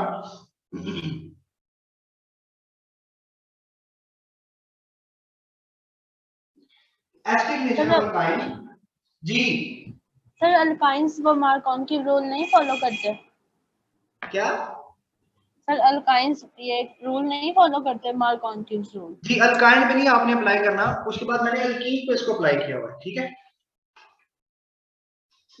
ओके जी, एसिडिक नेचर देखिए, एसिडिक नेचर में क्योंकि अल्काइन जो है इसमें ट्रिपल बॉन्ड मौजूद होता है, अगर तो ट्रिपल बॉन्ड है तो इसमें बेटा जो S है वो 50% कैरेक्टर होता है।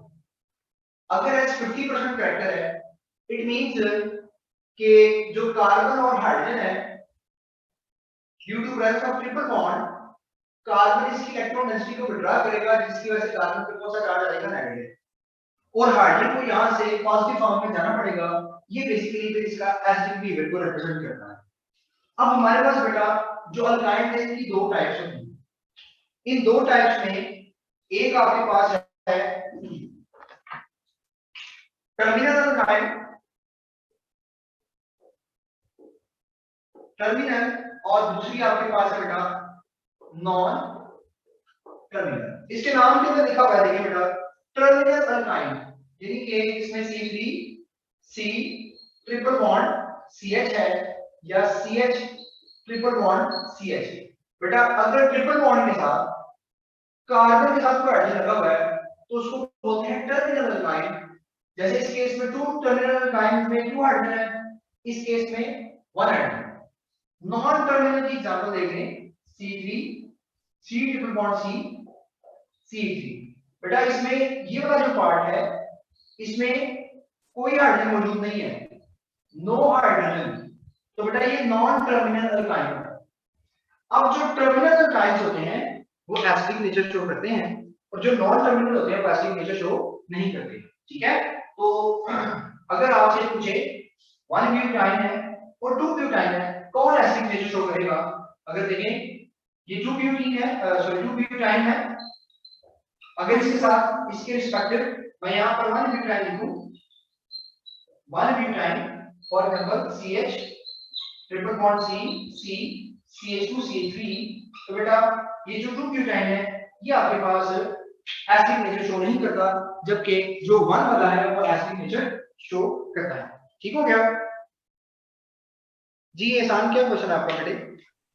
सर ये जो पीएमसी के सिलेबस में जो अल्काइंस के पॉलीमराइजेशन रिएक्शन तो मेंशन ही नहीं है। क्या ये जो मतलब पीएमसी का जो सैंपल पेपर कह रहा हूँ, जो मतलब सिलेबस है उसके अंदर उन्होंने ये जो अल्काइंस के पॉलीमराइजेशन रिएक्शन तो नहीं मतलब मेंशन किए हुए। हाँ, तो एसिडिटी मेंशन की है। इसका रिलेशन एसिडिटी के साथ है सर? बेटा एसिडिटी डिस्कस कर रहा हूं मैं, पॉलीमराइजेशन नहीं पढ़ा रहा। अच्छा नहीं सर, वो आपने पॉलीमराइजेशन भी लिखा हुआ था ना। किधर पॉलीमराइजेशन? सर ये आपने करवाया, ये रहा पॉलीमराइजेशन लिखा हुआ है बोर्ड पे। ये हाँ जी, कोई 3 की है। अच्छा सर ये टर्मिनल नॉन टर्मिनल एक बार जब ये सिल्वर एसिटाइड भी आ सकता है, जब ये सिल्वर के साथ रिएक्शन करता है, सिल्वर एसिटाइड, ऐसे बेटा ये आपके पास सोडियम एसिटाइड फॉर्मेशन भी कर सकता है, और ऐसे बेटा ये आपके पास क्यूप्रस एसिटाइड फॉर्मेशन भी कर सकता है। ठीक है, ये आपने याद रखना है। इनके साथ साथ इनके कलर भी याद होना है। जो सिल्वर एसिटाइड है ये नॉर्मली व्हाइट प्रेसिपिटेट बनाता है, उससे इसकी आइडेंटिफिकेशन हो सकती है, और जो सोडियम है ये नॉर्मली पेल या येलो, पेल येलो ब्राउन, और जो क्यूप्रस है ये आपके पास रेड प्रेसिपिटेट बनाता है। इसके लिए आपको आइडिया होना चाहिए। ठीक है जी, यहाँ तक देखिए बेटा, हमने अल्केन अल्कीन अल्काइन को कंप्लीट कर लिया है। अगर मैं इनकी रिएक्टिविटी की बात करूं अल्केन अल्कीन और अल्काइन में से, तो स्टूडेंट्स जो अल्कीन है वो ज्यादा रिएक्टिव है एज कंपेयर ऑफ अल्काइन और एज कंपेयर ऑफ अल्कीन, ठीक है। और इसकी रीजन क्या है कि अल्कीन का जो पाई बॉन्ड है वो एक्सपोज होता है, अल्काइन में ड्यू टू sp हाइब्रिडाइजेशन इसका जो बॉन्ड डिस्टेंस होता है, बॉन्ड डिस्टेंस वो बहुत लेस होता है। जितना बॉन्ड डिस्टेंस कम होगा, एक दूसरे के करीब होंगे, तो इसका जो पाई इलेक्ट्रॉनिक क्लाउड है वो एक्सपोज नहीं होगा। पाई इलेक्ट्रॉनिक क्लाउड एक्सपोज नहीं होगा। पाई इलेक्ट्रॉनिक क्लाउड एक्सपोज नहीं होगा, नॉट एक्सपोज। अच्छा इसमें और बात सुन ले, अगर तो बेटा अल्काइन में न्यूक्लियोफाइल के लिहाज से देखा जाए तो फिर ये स्ट्रॉन्गर होगा या मोर रिएक्टिव होगा? मोर रिएक्टिव, ठीक है। ये एल्काइन से कम रिएक्टिव क्यों होता है, दोबारा एक बार बता दें। क्या बेटे? सर ये एल्काइन एल्कीन से कम रिएक्टिव क्यों होता है, एक बार दोबारा बता दें। बेटे हम नॉर्मली कहते हैं कि अल्काइन में तो ट्रिपल बॉन्ड है, 2 पाई बॉन्ड है, तो इसको तो ज्यादा रिएक्टिव होना चाहिए, लेकिन ऐसा नहीं होता क्योंकि 2 पाई बॉन्ड तो है लेकिन हाइब्रिडाइजेशन sp है। हाइब्रिडाइजेशन sp का मतलब बॉन्ड लेंथ कम है। अगर बॉन्ड लेंथ कम है, बॉन्ड डिस्टेंस कम है, एक दूसरे के करीब है, तो बेटा इसका पाई इलेक्ट्रिक क्लाउड एक्सपोज नहीं होगा। जब एक्सपोज नहीं होगा तो कोई इलेक्ट्रोफाइल इस पे आके अटैक नहीं कर सकेगा। तो इसलिए अल्कीन का क्योंकि पाई इलेक्ट्रिक क्लाउड एक्सपोज होता है तो वो मोर रिएक्टिव है अल्कीन अल्काइन की निस्बत, ठीक है। लेकिन अगर ये बात न्यूक्लियोफाइल के पॉइंट ऑफ व्यू से की जाए तो इसके पाई इलेक्ट्रिक क्लाउड जो है वो ज्यादा अटैक कर सकते हैं, ठीक है। सर न्यूक्लियोफाइल में क्या लास्ट मतलब पेज पे इसके बारे में उसने आइडिया दिया हुआ है, उसको स्टडी कीजिएगा तो इस चीज में सारा क्लियर हो जाएगा। सर ये न्यूक्लियोफाइल का आपने क्या बताया था, समझ नहीं इस पॉइंट। बेटा पाई बॉन्ड ज्यादा है ना, जो नॉन पेयर होते हैं या नॉन पेयर कह रहे हैं। नीचे वैसे लिखा क्या है, वो बिल्कुल कॉर्नर में कट रहा है। अब तो वो आपने लिखा क्या था, एल्काइन का एरो लगा के लेफ्ट साइड पे, बॉटम लेफ्ट पे। मैंने लिखा अगर न्यूक्लियोफाइल की अगर पॉइंट देखें तो फिर स्ट्रांग होगा या मोर रिएक्टिव होगा, ठीक है। न्यूक्लियोफिलिक रिएक्शंस के अंदर हाँ, अगर अल्काइन न्यूक्लियोफिलिक रिएक्शन देखो, ठीक है। ये भी रेयर केस है, अब नॉर्मल केस है, जस्ट इतनी सी लाइन की है, रिएक्शन कोई नहीं देता है, ठीक है। ओवरऑल इसके ऊपर ही अटैक हो रहा है।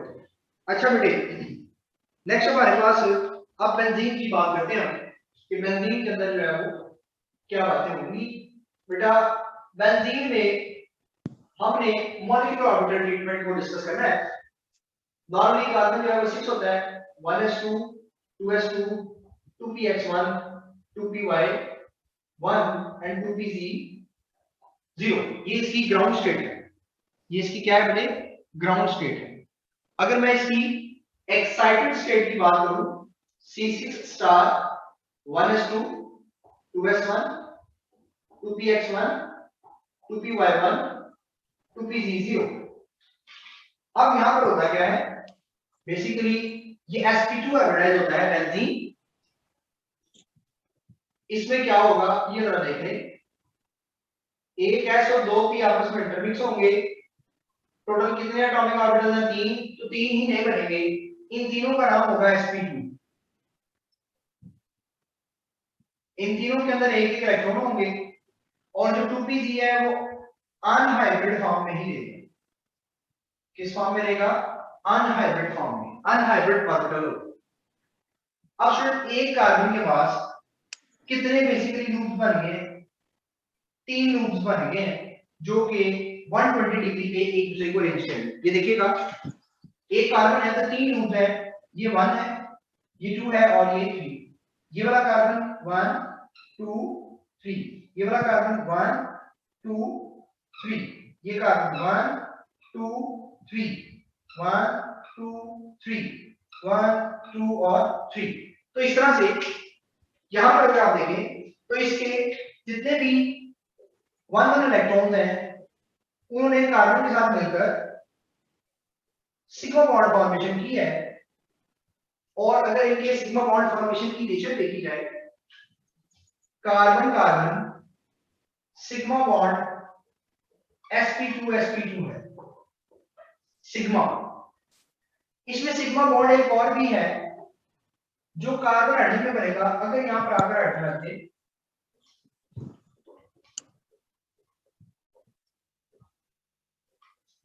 इसकी जो नेचर है बेटा वो कार्बन का sp2s है, sp2s नेचर। ये बातें आप याद रखें। अब इसमें जो पाई बॉन्ड होता है, जो अनहाइब्रिड ऑर्बिटल्स होते हैं, बेसिकली अनहाइब्रिड ऑर्बिटल्स में वो पाई बॉन्ड फॉर्मेशन करते हैं। ये क्या करते हैं? पाई बॉन्ड फॉर्मेशन करते हैं। अगर इसको मैं यहां पर रिप्रेजेंट करूं छोटा सा, ये देखिएगा, अगर ये फॉर एग्जांपल साइक्लिक आपके पास बेंजीन के कार्बन है जिसमें सिंगल बॉन्ड बनाए हुए हैं, तो जो पाई है वो बेसिकली परपेंडिकुलर है। ठीक है बेटे, तीन जब हाइब्रिड ऑर्बिटल मिलेंगे तो ट्राइगोनल प्लेनर ज्योमेट्री बनेगी। प्लेनर एक प्लेन में होंगे, तो जो अनहाइब्रिड होंगे वो तो प्लेन से आउट होंगे, परपेंडिकुलर होंगे, तो फिर इनमें जो बॉन्ड बनेगा अबव और बिलो द प्लेन, वो आपके पास पाई बॉन्ड फॉर्मेशन होगा। और इसको फिर हम रिप्रेजेंट कर रहे होते हैं कि अगर बेटा ये एक प्लेन है तो उसके ऊपर और नीचे ये पाई रेक्टेंगुलर क्लाउड होगा। इसमें जो मजीद इंफॉर्मेशन हमें मिलती है वो ये कि जो कार्बन है या जो बेंजीन है ओवरऑल वो sp2 हाइब्रिडाइज है। बेंजीन ओवरऑल sp2 हाइब्रिडाइज है। रेगुलर हेक्सागोनल स्ट्रक्चर है इसका। रेगुलर क्या है इसका बेटे? हेक्सागोनल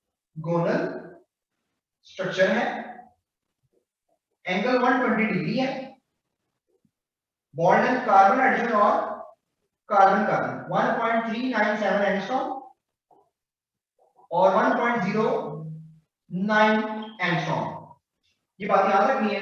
और 1 एंगस्ट्रॉम का पता है कि क्या इसका -10 मीटर होता है। ये कुछ बातें मैंने आपके साथ जो शेयर की हैं, ये विद रिस्पेक्ट ऑफ बेंजीन है, जो हमने X ray analysis molecular orbital treatment जो थी उसके अकॉर्डिंग हमने इसको यहां पर डिस्कस किया। अब हम डिस्कस करेंगे कि ये जो मॉलिक्यूलर ऑर्बिटल ट्रीटमेंट है ये में क्या इंफॉर्मेशन दे रही है। मॉलिक्यूलर ऑर्बिटल ट्रीटमेंट ये बता रही है, मॉलिक्यूलर ऑर्बिटल ट्रीटमेंट में ये बता रही है बेटा कि जो पाई इलेक्ट्रॉन्स हैं वो बेसिकली क्या है? डीलोकलाइज्ड है। वो क्या है? डीलोकलाइज्ड है। और इसी डीलोकलाइजेशन की बेस पर हम ये कहते हैं कि बेंजीन जो है वो बहुत ज्यादा स्टेबल है। बेंजीन क्या है? बहुत ज्यादा स्टेबल है। ठीक है, डीलोकलाइजेशन है और ये चीज लीड करती है इसकी स्टेबिलिटी को, क्योंकि डीलोकलाइजेशन मीन कि इसमें रेजोनेंस हो रही है, इसमें कॉन्जुगेशन हो रही है, ये पाई इलेक्ट्रॉनिक क्लाउड रेजोनेट कर रहे हैं, डीलोकलाइज है, कॉन्जुगेशन के अंदर इन्वॉल्व है। तो इसलिए फिर हम इसको कहते हैं कि पाई इलेक्ट्रॉनिक क्लाउड क्योंकि अवेलेबल नहीं है तो ये उसकी स्टेबिलिटी को लीड कर रहा होगा। अब बेंजीन में स्टूडेंट्स हमारे पास क्योंकि सिग्मा बॉन्ड भी है और पाई बॉन्ड भी मौजूद है, तो स्टूडेंट्स ये आपने रिएक्टिविटी का क्या रिएक्टिविटी, इनकी रिएक्टिविटी का क्या बताया आपने? पॉइंट इनकी एक्टिविटी कम होती है, स्टेबिलिटी ज्यादा होती है। ठीक है, अब ये उसको डिस्कस करते हैं। जी मैं करता हूं डिस्कस कि किस बेस पे ये बात मैं कर रहा हूं। स्टूडेंट्स अगर हम बेंजीन की बात करें तो हमारे पास ये दो तरह की रिएक्शन शो करेगा, एक सब्स्टिट्यूशन और एक एडिशन। अब कौन सा रिएक्शन ज्यादा फेवरेबल होगा, किस बेस पर होगा, उससे पहले थोड़ी सी बातें हम और सीखते हैं। बेसिकली यहां पर जो पाई बॉन्ड फॉर्मेशन होती है उसमें डीलोकलाइजेशन होती है। ये डीलोकलाइजेशन क्यों होती है?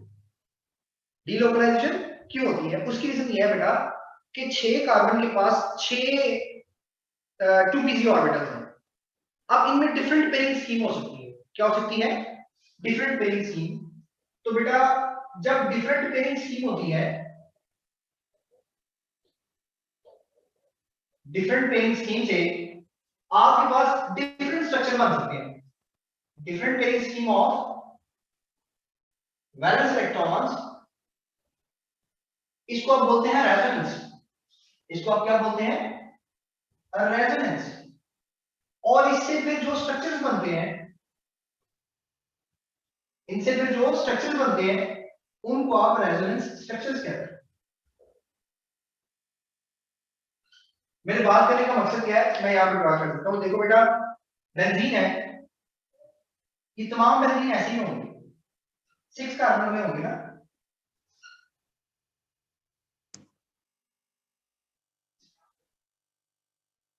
अब इसमें पॉसिबिलिटीज क्या है, हर एक के पास एक एक पाई ऑर्बिटल मौजूद है, अनहैबिटेड ऑर्बिटल मौजूद है। अब वो कोई भी दो आपस में शेयर होकर डिफरेंट पेयरिंग कर सकते हैं, इस पेयरिंग को आप रेजोनेंस कहते हैं, और इससे जो स्ट्रक्चर बनते हैं उनको रेजोनेंस स्ट्रक्चर कहते हैं।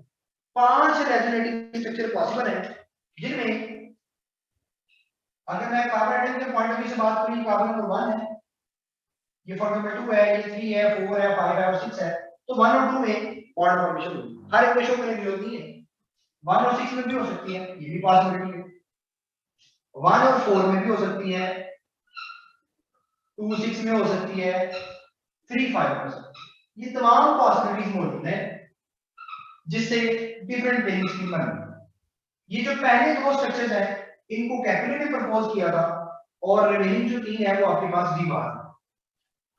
कैकुले की कंट्रीब्यूशन ज्यादा है क्योंकि जो बॉन्ड है वो एक जगह करीब है, जो आपके रिलेटिव्स, आपके कजन,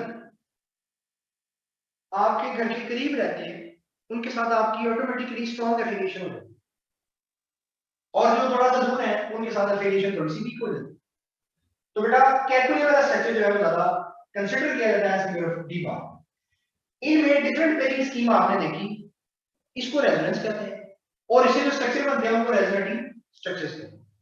अब इनकी रेजोनेंस को एक साइंटिस्ट रोबिन्सन था, उसने कहा कि आप ये रेजोनेंस की बात करते हैं, कभी बॉन्ड ऊपर लगाते हैं, कभी नीचे, कभी आप 1 2 की पेयरिंग कर देते हैं, कभी किसी की। तो उसने क्या कहा कि आप ऐसा करें, बेंजीन के अंदर एक रिंग को शो कर दें, बेसिकली रिंग का पर्पस इसके रेजोनेटिंग इलेक्ट्रॉन को रिप्रेजेंट करना है। ठीक है बेटे, यहां तक बात होगी क्लियर।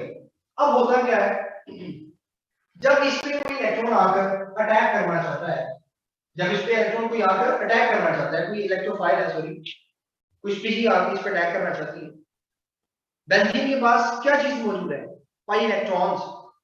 इलेक्ट्रॉन्स एक्ट करेंगे एज एन इलेक्ट्रोफाइल, इस पर आकर अटैक करेगा कोई इलेक्ट्रोफाइल, तो बेंजीन अपने इलेक्ट्रॉन को छुपा लेगा। किस तरह से?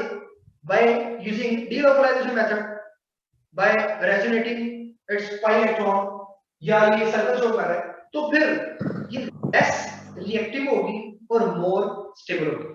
अब आपको बात समझ आ गई होगी कि इसकी स्टेबिलिटी जो है वो क्या कर देती है, एनहांस, और अगर स्टेबिलिटी बढ़ गई है तो बेटा मैं लिख सकता हूं कि इसकी रिएक्टिविटी जो है वो क्या हो गई है बेटे, कम हो गई है। इसलिए बेंजीन लेस रिएक्टिव होता है as compare of alkene, as compare of alkene. अगर स्टेट में एडिशन करना चाहे तो अल्कीन के बाद बेंजीन आएगा, इवन दैट दोनों के अंदर डबल बॉन्ड है, लेकिन अल्कीन ज्यादा रिएक्टिव है, फिर आता है बेंजीन, फिर आता है अल्काइन, और फिर वो आ जाता है अल्कीन। तो यहीं पर ये सर ये बात सर एक बार प्लीज रिपीट कर दें, मैं कर देता हूं रिएक्टिविटी वाली।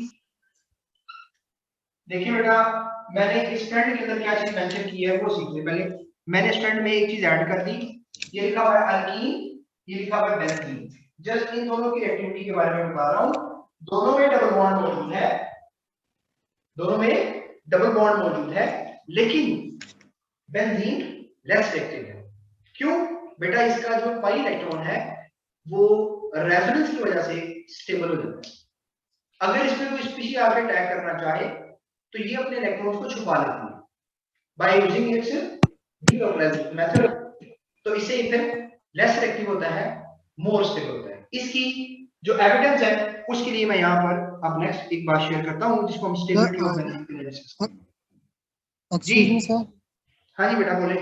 सर ये जो एलएमएस पे सर ने ना रिएक्टिविटी का लिखवाया था ऑर्डर के, जो अल्काइन की वो बेंजीन से ज्यादा होगी, मतलब अल्काइन की तो ज्यादा ही है, लेकिन अल्काइन की नो सर, वो अल्काइल बेंजीन थी। एहसान, तुम ना बड़े उल्टे सीधे सवाल करते हो। सुबह भी तुमने बड़ा पढ़ा है नहीं अपने टॉपिक, वो भी डिस्कस कर लिया था। खैर, अच्छा यहाँ देखें हम आगे सर, बेटा। जी जी बेटे। सर ये बेंजीन इलेक्ट्रोफिलिक सब्स्टिट्यूशन रिएक्शन करेंगे सर। हाँ जी, मैं वो भी करवाऊंगा आपको, ठीक है। सर वो अल्कीन कर सकते हैं ना इलेक्ट्रोफिलिक सब्स्टिट्यूशन रिएक्शन? सब्स्टिट्यूशन ही करता, वो एडिशन कर देता है, ठीक है। ठीक है सर। सर तो डबल बॉन्ड तो दोनों में होते हैं सर। लेकिन यहाँ पर जो है ना सिंगल बॉन्ड भी होता है, इसका डबल बॉन्ड जो है ना वो अपना वो वाला ये विधि शो कर रहा होता है। अभी हम पढ़ेंगे कि जो दो तरह की रिएक्शन की शो करेगा, एडिशन और सब्स्टिट्यूशन, लेकिन इसका एडिशन में रिलक्टेंट फील करता है। आपने पढ़ा ऑब्जेक्शन ऑफ केकुले फार्मूला वही था। सही है सर। अच्छा जी, अब देखिए आप इसकी स्टेबिलिटी की लिहाज से बात करते हैं स्टूडेंट्स। जो बेंजीन है, अगर इसकी स्टेबिलिटी को हम देखें तो यहाँ पर मैं डिफरेंट स्ट्रक्चर ड्रा करता हूँ, जरा गौर कीजिएगा। ये देखें, ये मैंने बेटा साइक्लोहेक्सीन ड्रा किया, ये दूसरा मैं ड्रा करता हूँ साइक्लोहेक्साडाइईन, और बेटे तीसरा मैंने ड्रा कर दिया साइक्लोहेक्साट्राईन, जिसको आप बेंजीन भी बोलते हैं। अब ये तीनों ही इनकी हाइड्रोजनेशन करवाएं। क्या करवाएं? इनकी हाइड्रोजनेशन। तो ये आपके पास कन्वर्ट हो जाएंगे किसके अंदर? साइक्लोहेक्सेन के अंदर। ये भी कन्वर्ट होगा, ये भी कन्वर्ट होगा, और ये भी कन्वर्ट होगा, तीनों कन्वर्ट होंगे। अगर तो स्टूडेंट्स इसमें 1 हाइड्रोजन ऐड होगा, इसमें 2 हाइड्रोजन और इसमें 3 हाइड्रोजन। ये कौन सी रिएक्शन है? ये एडिशन रिएक्शन। कौन सी रिएक्शन है? एडिशन। हमने क्या बोला? ये अपने पाई इलेक्ट्रॉन को छुपा लेगा। कैसे? By resonance. तो बेटा जब एक हाइड्रोजन ऐड करते हैं तो जो सिंपल में एनर्जी बताया हुआ है -119.5, इसमें क्या होगी? 2 मल्टीप्लाई बाय -119.5, इसमें क्या होगी? 3 मल्टीप्लाई बाय 119.5, ठीक है। अब इन रियलिटी क्या हो रहा है? हमें जो फर्स्ट वाला है उसकी जो एनर्जी मिल रही है वो कितनी मिल रही है बेटा आपको? ये तो 119 मिल रही है। लेकिन अगर सेकंड वाले केस की बात करें तो सेकंड वाले में कितना मिल रहा है? सेकंड वाले में आपको मिलती है 231, और थर्ड वाले केस के अंदर आपको कितनी मिलती है? 208। हालांकि मिलनी कितनी चाहिए थी? 358, और इधर कितनी मिलनी चाहिए थी? 239। तो इसमें जो डिक्रीज आया है उसकी क्या रीजन? इसमें जो डिक्रीज आया है उसकी क्या रीजन है बेटे? उसकी रीजन ये है कि देखिए, जहां पर 239 आ रही थी, स्टेबिलिटी की वजह से इसने उतनी एनर्जी रिलीज नहीं की, इसमें उतना फेवरेबली एडिशन एक्शन नहीं हुआ ड्यू टू स्मॉल रेजोनेंस। थोड़ी सी रेजोनेंस हो गई, इलेक्ट्रॉन इधर यहाँ शिफ्ट हो सकते हैं। इस केस में ज्यादा रेजोनेंस है तो डिफरेंस ज्यादा है, ठीक है बेटे। ये रेजोनेंस की वजह से इसकी स्टेबिलिटी है, और the difference between calculated and जो ऑब्जर्व है और जो कैलकुलेटेड है, इनमें जो डिफरेंस होगा उसको आप बोलते हैं रेजोनेंस एनर्जी। जैसे अगर मैं बात करूं बेंजीन के लिए जो रेजोनेंस एनर्जी होती है वो आती है 150, लेकिन अगर मैं बात करूं साइक्लोहेक्साडाइईन के लिए, सिंपली मैं डाइईन लिख देता हूं ताकि जगह भी पूरी है। तो डाइईन के लिए क्या होता है बेटे? जस्ट 8 किलो जूल पर मोल जो है वो आपके पास इसका गैप आता है। तो difference between the actual and the calculated is known as resonance energy. Okay जी, अब हम वेरी नेक्स्ट इसके रिएक्शन करते हैं। तो यहां तक मेरा क्वेश्चन है तो मुझसे पूछिए। सर ये एनर्जी डिफरेंस वाला पॉइंट एक बार मैंने बोला the difference between actually release calculated and actual release energy. बेटा एक्चुअल कितनी होनी चाहिए? 239, लेकिन आई कितनी? 231। कितना डिफरेंस आया? 8 का। तो मैंने लिखा डाइईन के लिए 8 रेजोनेंस एनर्जी। बेंजीन की आनी चाहिए थी 358, आई कितनी? 208। डिफरेंस आया 150 का, तो बेंजीन की रेजोनेंस कितनी होगी? 150 होगी। ओके जी, नेक्स्ट मूव करते हैं। सर कैमरा राइट साइड पे रोटेट कर देंगे तो प्लीज। कैमरा राइट साइड पे rotate. Okay ji.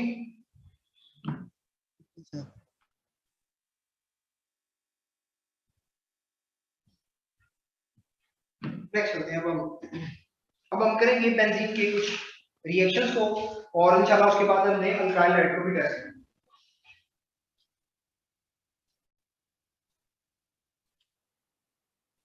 Sir, can you move the camera a little bit down? This side way. No, down, not right or left. Sir, down. Down. Yes. Okay. Okay, thank you.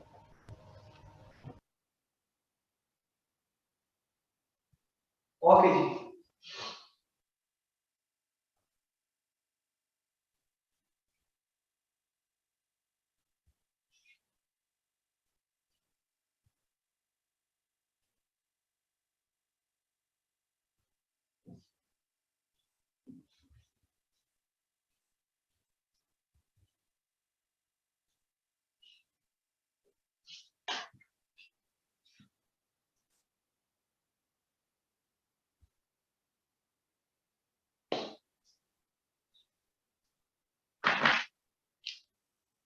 Okay जी, अब हम बात करते हैं कि जो हमारे पास benzene है,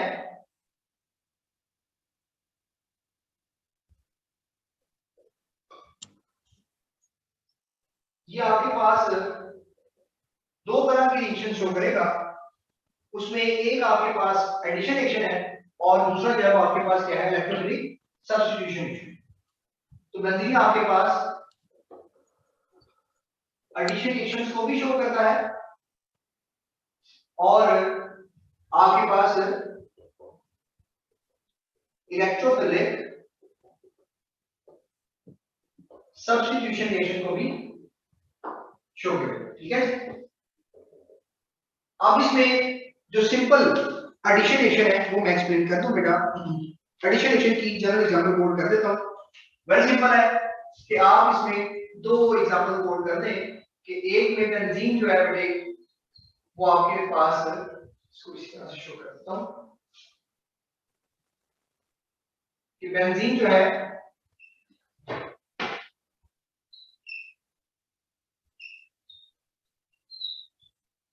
अगर हाइड्रोजन के साथ रिएक्शन कर रहा है और ब्रोमीन के साथ, दो तरह की रिएक्शन शो कर सकता है। अगर हाइड्रोजन के साथ रिएक्शन शो करता है तो सिंपल एडिशन होगी आपके पास, क्या बनेगा, ये बेंजीन है तो साइक्लोहेक्सेन बनेगा।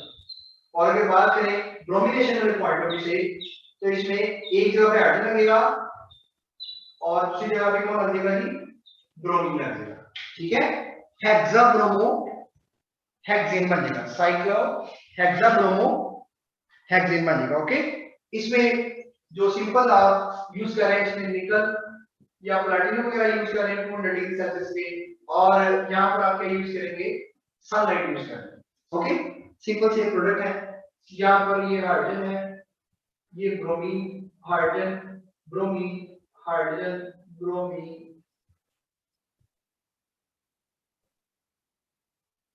अब हम बात करते हैं जो हमारा मेजर टॉपिक है, इलेक्ट्रोफिलिक सब्स्टिट्यूशन रिएक्शन।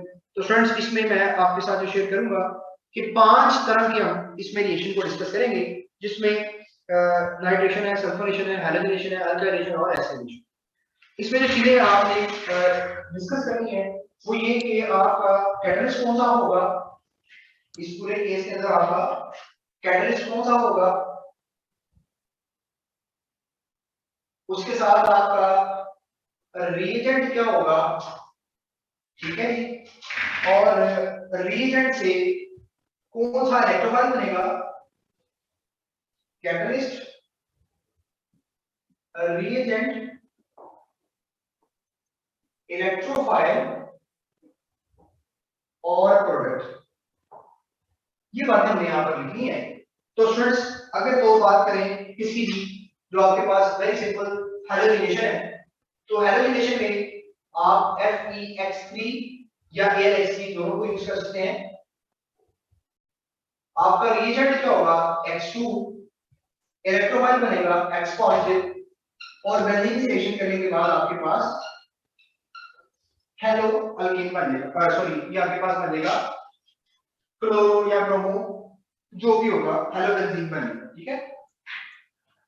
इसमें हमारे पास दो तरह की रिएक्शंस और हैं। अगर तो बेटे इसी में अगर देखें, मैं उसको अलग शो कर दूंगा वहां पर, पहले इसको कंप्लीट कर लेते हैं। दूसरा जो है ये जो हैलोजेनेशन था, नाइट्रेशन के केस के अंदर आपका जो कैटलिस्ट है वो है सल्फ्यूरिक एसिड, रिएजेंट है बेटा आपका HNO3, इलेक्ट्रोफाइल है NO2 पॉजिटिव और बेटा जो प्रोडक्ट होगा वो बनेगा नाइट्रोबेंजीन। सल्फोनेशन के केस में सल्फ्यूरिक एसिड इटसेल्फ रिएजेंट और कैटलिस्ट होगा, जो इलेक्ट्रोफाइल होगा वो न्यूट्रल SO3 होगा और जो प्रोडक्ट बनेगा वो बेंजीन सल्फोनिक एसिड होगा SO3H बेंजीन सल्फोनिक। इसी तरह से अगर अल्काइलेशन की बात करें तो AlX3 आपका क्या होगा बेटे, कैटलिस्ट होगा और अल्काइल हैलाइड RH आपका रिएजेंट होगा जिसमें R पॉजिटिव आपका इलेक्ट्रोफाइल होगा और अल्काइल बेंजीन बनेगा, कोई भी अल्काइल हो सकता है। पर सेकंड लास्ट आपने प्रोडक्ट क्या बनाए हैं, SO3 के साथ अपनी H भी लगाया है? H बेंजीन नहीं सल्फोनिक एसिड, ऊपर SO3 के साथ अपनी H भी लगाया है? H हाँ जी बेटा H लगाया होगा। अच्छा जी, नेक्स्ट आपके पास है जी रिएजेंट जो है वो एसिड हैलाइड होगा, इससे जो आपका इलेक्ट्रोफाइल बनेगा वो C पे पॉजिटिव चार्ज होगा। Sir, what does X stand for? कौन सा बताइएगा? G, sir. Halogen. Okay, sir. Okay जी, तो ये इनकी कॉमन रिएक्शन है यहाँ पर मेंशन की। अब इसमें थोड़ा सा हम डिटेल में चले जाएं। हैलोजेनेशन में दो तरह की रिएक्शन और है। एक आपके पास अगर तो मैं कहता हूं मिथाइल बेंजीन है और इसका रिएक्शन हो रहा है किसके साथ, क्लोरीन के साथ। दो केसेस हैं, एक क्लोरीन के साथ रिएक्शन हो रहा है in the presence of sunlight और एक बेटा क्लोरीन के साथ रिएक्शन हो रहा है in the presence of FeCl3। तो आप में से मुझे बता सकते हैं इनके प्रोडक्ट क्या बनेंगे अगर सनलाइट में फ्री रेडिकल सब्स्टिट्यूशन हो जाएगी, क्लोरीन के साथ in the presence of sunlight फिर फ्री रेडिकल सब्स्टिट्यूशन हो जाएगी। वेरी गुड बेटा। और किसकी फ्री रेडिकल सब्स्टिट्यूशन होगी बेटा, साइड सनलाइट चेन में साइड बेंजीन चेन रिएक्शन नहीं देगा। Benzene is very stable due to resonance. तो हम क्या करते हैं, हमने यहाँ यही सीखा कि हम कैटलिस्ट डालकर एक पावरफुल इलेक्ट्रोफाइल बनाते हैं, वो स्ट्रॉन्ग इलेक्ट्रोफाइल पर जाकर बेंजीन को डोप करता है और सब्स्टिट्यूशन रिएक्शन देने पर उसको इंसिस्ट करता है। ठीक है बेटे, तो अगर तो सनलाइट यूज करेंगे तो इसमें तीन तरह के प्रोडक्ट जो है वो पॉसिबल है कि एक पहले क्लोरीन को कर दे फिर दूसरे को और फिर तीसरे को। तो उसमें मैं लिखता हूं बेंजाइल, बेंजन और बेंजो ट्राई जो क्लोराइड है वो आपके पास फॉर्मेशन होगी। ठीक है, तो आपने तीनों याद कर लेने की बेंजाइल, बेंजन है और बेंजो है, ये तीन प्रोडक्ट है। लेकिन अगर तो chlorine in the presence of FeX3 जैसे यहां पर लिखा हमने रिएक्शन करता है तो फिर क्या होगा, टॉलिन वैसे रहेगा, इसके साथ यहां पर क्लोरीन है, ये इसने आप सब्स्टिट्यूशन रिएक्शन। तो ये भी बात आपने याद रखनी है कि कब कब कौन कौन सा रिएक्शन देगा। ओके जी, अब इसमें अगर सल्फोनेशन में एक और पॉइंट देख लीजिए, बेंजीन है, इसके बाद दो रिएक्शन करवा दूं। एक रिएक्शन हो रहा है SO3 के साथ और एक हो रहा है H2SO4 के साथ। इसमें भी बेंजीन सल्फ्यूरिक एसिड बन रहा है और इसमें भी बेंजीन सल्फ्यूरिक एसिड बन रहा है। तो स्टूडेंट्स किसके लिए लो टेंपरेचर रिक्वायर होगा, SO3 क्योंकि ऑलरेडी SO3 एक इलेक्ट्रोफाइल है आपको इसमें कोई और कैटलिस्ट ऐड करके ज्यादा टेम्परेचर प्रोवाइड नहीं करना पड़ेगा। लेकिन अगर सल्फ्यूरिक एसिड है तो टेम्परेचर आपको तकरीबन 80 डिग्री सेल्सियस देना पड़ेगा, ये रूम टेम्परेचर पर ही होगा, यानी कि 25 डिग्री सेल्सियस, 25 डिग्री सेल्सियस। ये भी बात आपने याद रखनी है, ये थोड़ी सी हटकर इंफॉर्मेशन थी जो मैंने आपके साथ शेयर की। नेक्स्ट बात करते हैं ओरिएंटेशन के पॉइंट ऑफ व्यू से।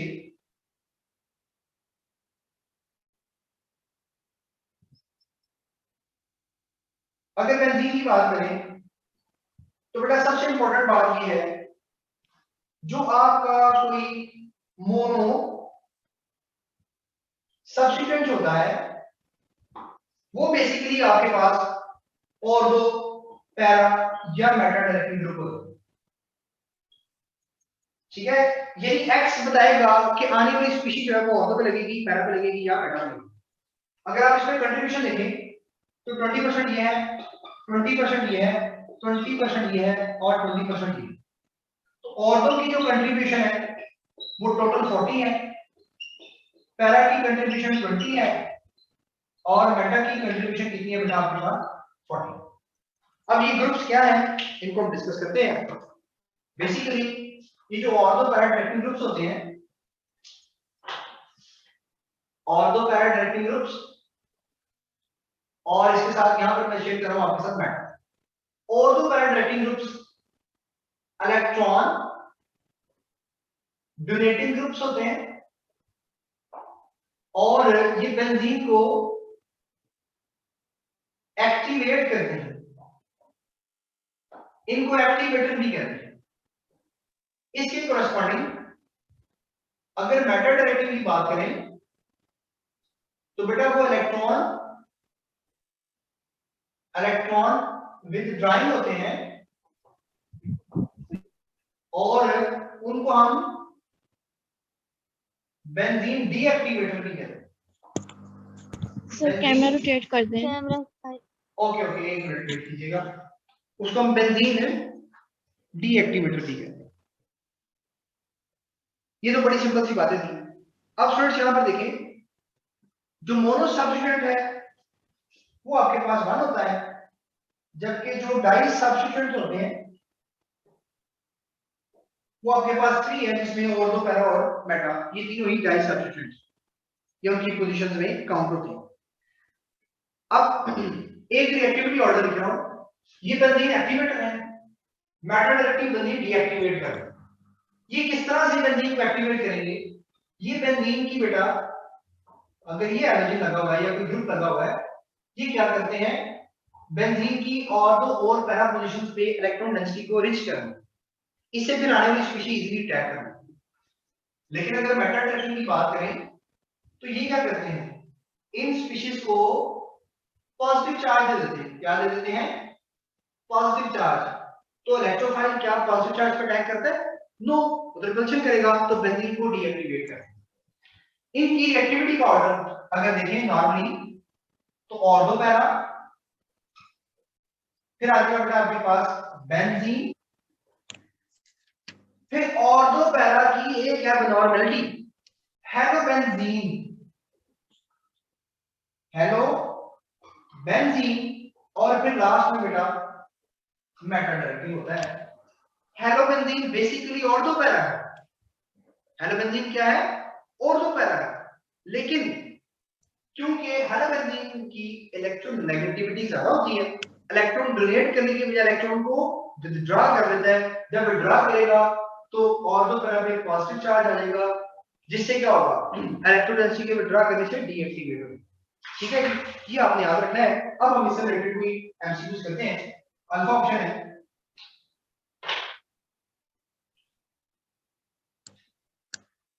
बेंजीन। सर ऑर्थो पैरा में क्या है बेंजीन के ऊपर जो पहले से सब्स्टिट्यूएंट मौजूद है सर, वो भी एलोजिन है सर। ऑर्थो पैरा में वो वहां पे भी एलोजिन है, एलोजिन है दोनों केस में सर। ऑर्थो पैरा के अंदर हैलोजेंस भी होते हैं, ठीक है, फ्लोरीन क्लोरीन इसी के अंदर है। लेकिन जो हैलो ग्रुप्स हैं वो एबनॉर्मलिटी शो करते हैं, वो बेंजीन से कम और मेटा से ज्यादा शो करते हैं। ठीक है, इसकी रीजन मैंने क्या बताई कि इनकी इलेक्ट्रो नेगेटिविटी ज्यादा होती है, जिसकी वजह से ये इलेक्ट्रॉन को विथड्रॉ करते हैं, विथड्रॉइंग इफेक्ट भी शो करते हैं। ओके बेटा जी सर। अच्छा, अब मैंने ऑप्शन लिखी है, अल्फा लिखी मैंने बेंजीन, बीटा मैं लिख देता हूं जी क्लोरोबेंजीन, चार्ली मैंने लिख दी बेंजल्डिहाइड, और डेल्टा मैंने लिख दी एनिलीन। इन सब में लेस रिएक्टिव कौन सा होगा? डेल्टा। बेंजल्डिहाइड डेल्टा और मोर रिएक्टिव डेल्टा डेल्टा बेटा मोर रिएक्टिव होगा, और लेस रिएक्टिव कौन सा होगा? बेंजल्डिहाइड। देखिए मैंने डेल्टा को सबसे ज्यादा रखा, ठीक है, ये आपने बात याद रखनी है। अच्छा और देखिए एमसीक्यू जरा गौर कीजिएगा, मैं यहां पर लिखता हूं अल्फा ऑप्शन है, बेंजीन, बीटा, क्लोरोबेंजीन,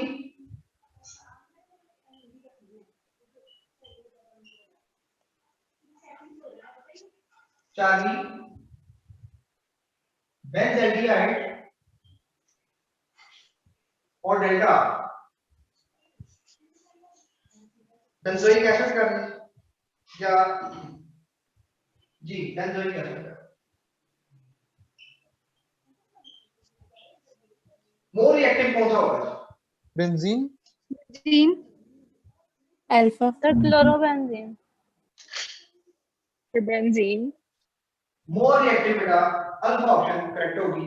देखो मैंने जो दिए यहाँ पर कोई भी ऑर्थो पैरा नहीं दिया, बच्चा समझता है क्लोरोबेंजीन जो है वो ऑर्थो पैरा तो पहले होगा, ऐसा नहीं होगा, मैंने आपको ट्रेंड बता दिया। तो जो मोर रिएक्टिव होगा वो कौन सा होगा? बेंजीन। बेंजीन क्या होगा बेटे? More reactive towards sulphonation nitration, कोई भी एशन हो। अच्छा एक और क्वेश्चन देखें सर, चार्ली और डेल्टा में से लीस्ट कौन होगा? चार्ली और डेल्टा में से लीस्ट रिएक्टिव कौन होगा? चार्ली और दोनों ही मेटा है ना, मेटा डायरेक्टिंग ग्रुप से दोनों मेटा है। अच्छा इसमें आगे फिर हम देखते हैं, ये देखो बेंजल्डिहाइड में जस्ट क्या है? कार्बोनिल ग्रुप है और हाइड्रोजन। इस केस में क्या है? ऑक्सीजन भी लगा हुआ है, ठीक है जी सर। ये इलेक्ट्रॉन को विड्रॉ कर लेगा कार्बन से और विड्रॉ कर लेगा, तो बेंजोइक एसिड और इलेक्ट्रॉन विड्रॉ करेगा, ठीक है ओके सर। अच्छा एक और देखिए एमसीक्यू, मैं यहां पर लिखता हूं, जरा गौर कीजिएगा बेटे, फिनोल है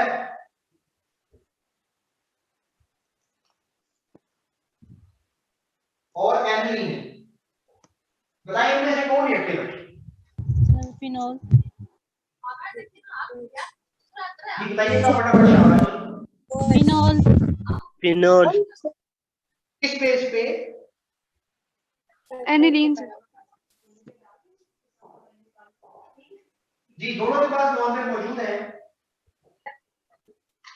जी। कौन इजीली लॉन पेयर डोनेट कर सकता है? जो इजीली लॉन पेयर डोनेट करेगा वो ज्यादा एक्टिव होगा। सर एनिलीन, क्योंकि उसकी इलेक्ट्रोनेगेटिविटी कम होती है तो ज्यादा आसानी से डोनेट कर देगा, लूज कर लेगा आसानी से। NH2 aniline. वेरी गुड, तो इट मींस एनिलीन की एक्टिविटी ज्यादा होगी एज कंपेयर टू OH, ठीक है जी बेटे। तो ये मैंने आपके साथ ओवरऑल बेंजीन से रिलेटेड डिस्कशन की है। सर इसमें नाइट्रोजन, सर हाँ जी सर इसमें एनिलीन में नाइट्रोजन जो है वो मतलब उसकी इलेक्ट्रोनेगेटिविटी कम है, मतलब लोन पेयर जल्दी डोनेट करेगा ऑक्सीजन से। नेगेटिविटी कम है, लोन पेयर यस सर जल्दी डोनेट करेगा तो मोर रिएक्टिव होगा, ठीक है जी सर। ये इसके साथ हम ये लिख देते हैं कौन। सर इनका एसिडिक कैरेक्टर का ट्रेंड भी बता दीजिएगा। एसिडिक कैरेक्टर को बताऊंगा एहसान, जो तुमने मुझसे क्वेश्चन किया था फिनोल वगैरह के अंदर, हम उसके अंदर डिस्कस करेंगे, ठीक है इसके साथ नहीं करना जी बेटा। वो एक टीचर ने बताया था कि सल्फोनेशन में कोई कैटलिस्ट यूज नहीं होता, तो एक सेल्फ सल्फ्यूरिक एसिड मैंने बोला ना, खुद ही सल्फ्यूरिक एसिड एक्ट करता है as a catalyst. Sir sorry nitration में, किसमें? नाइट्रेशन में मतलब नहीं, आपने सल्फ्यूरिक एसिड यूज होगा, कोई एसिड यूज करते हैं बेटा, आप बुक देखें लिखा हुआ। Okay sir. सर लास्ट वाला एमसीक्यूज दोबारा समझाते हैं। बेटे लास्ट वाला एमसीक्यूज। Yes sir. बेटा देखो, नाइट्रोजन की इलेक्ट्रोनेगेटिविटी कम है ना, ऑक्सीजन की ज्यादा है। ऑक्सीजन ज्यादा है तो ऑक्सीजन इलेक्ट्रॉन को जोर से पकड़ा होगा, इलेक्ट्रॉन डोनेट नहीं करेगा। किसकी निस्बत? नाइट्रोजन की निस्बत। कौन इलेक्ट्रॉन डोनेट कर सकता है जल्दी? नाइट्रोजन। तो नाइट्रोजन पे ज्यादा रिएक्टिव होगा एनवी। Thank you sir. Then sir fluorine जो है उसकी इलेक्ट्रोनेगेटिविटी तो बहुत ज्यादा है, तो उससे तो फिर सबसे ज्यादा रिएक्टिव होना चाहिए ना। अगर मैं पिछले आंसर देखूं, फ्लोरीन जो है, जो फ्लोरीन लगेगा, जो हैलोजन्स लगते हैं ना इसके साथ, तो लेस रिएक्टिव होता है वो। सर आप बोर्ड क्यों रेज कर रही हैं दोबारा से? क्या बेटे? बोर्ड क्यों रेज कर रही हैं दोबारा से? हमने आज का पूरा कर नहीं लिया।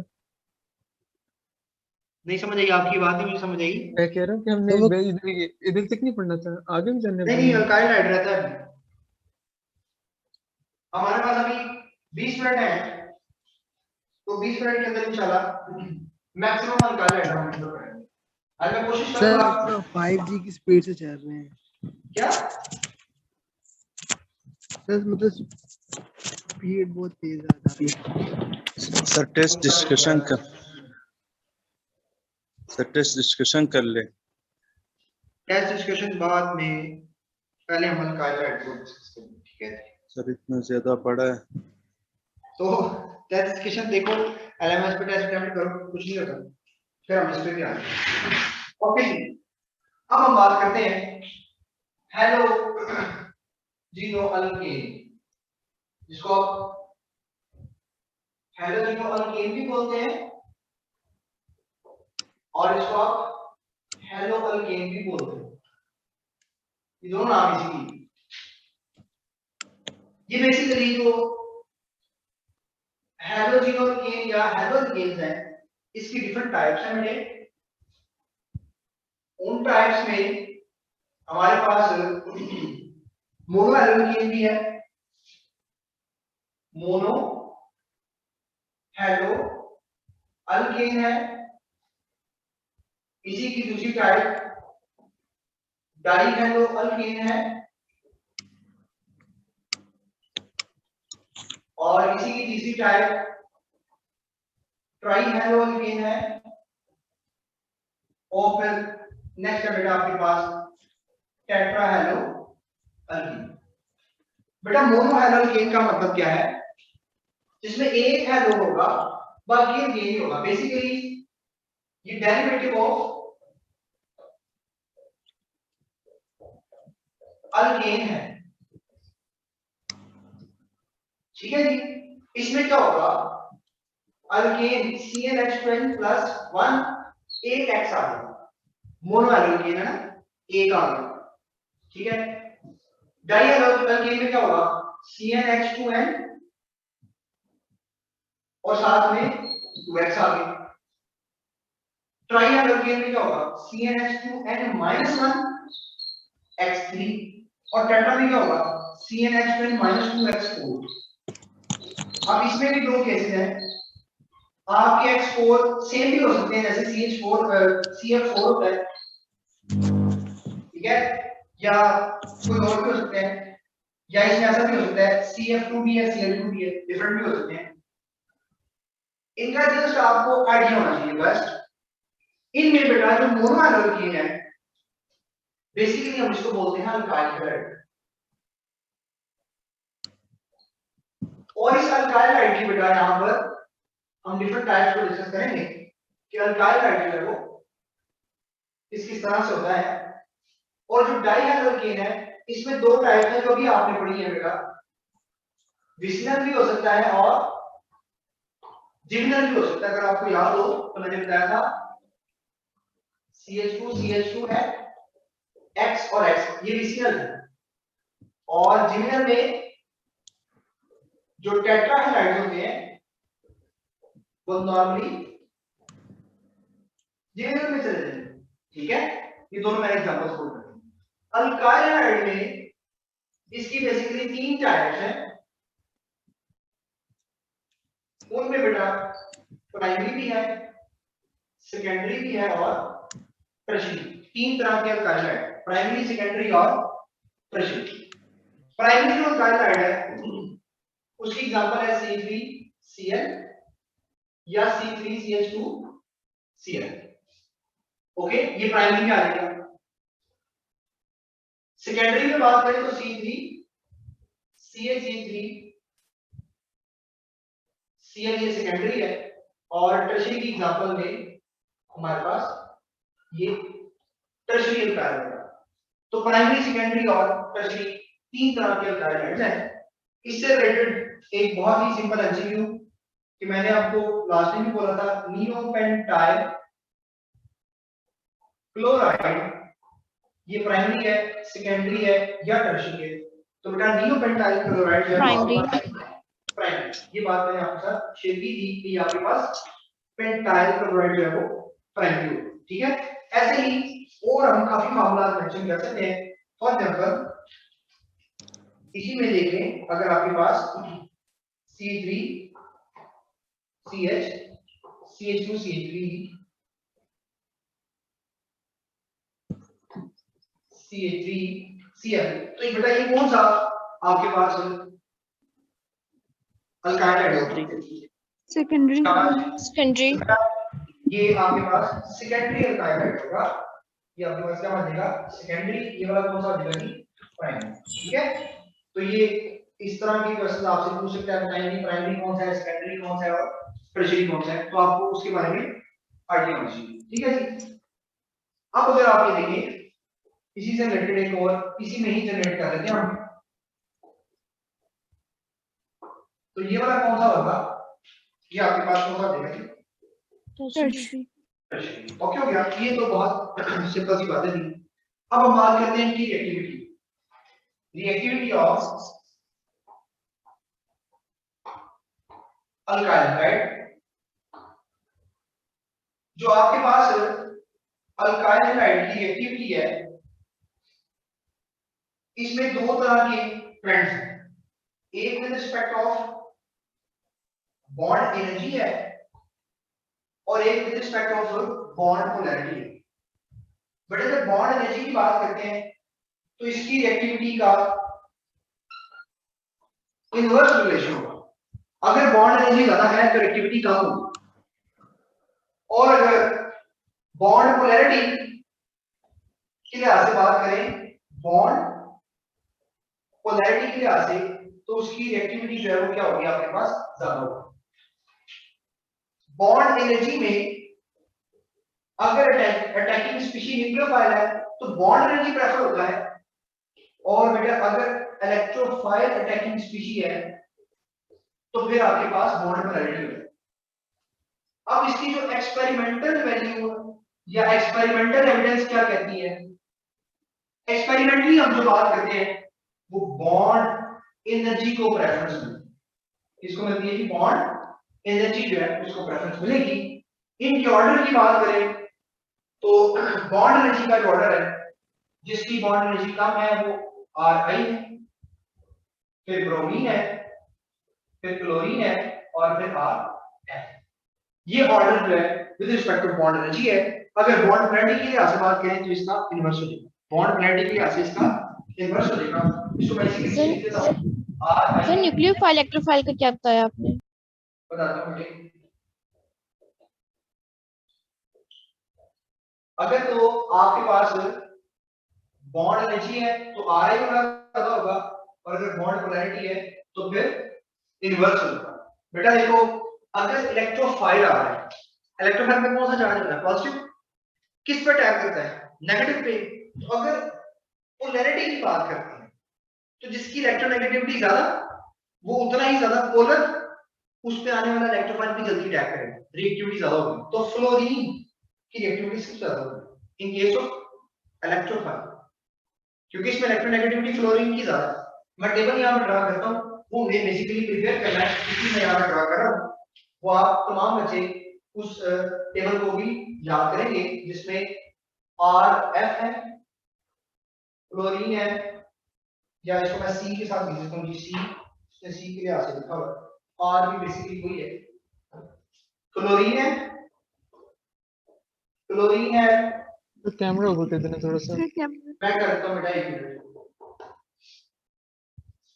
तो इन सब के लिए आगे वैल्यू लिखी हुई है, जैसे और एफ में 467 है,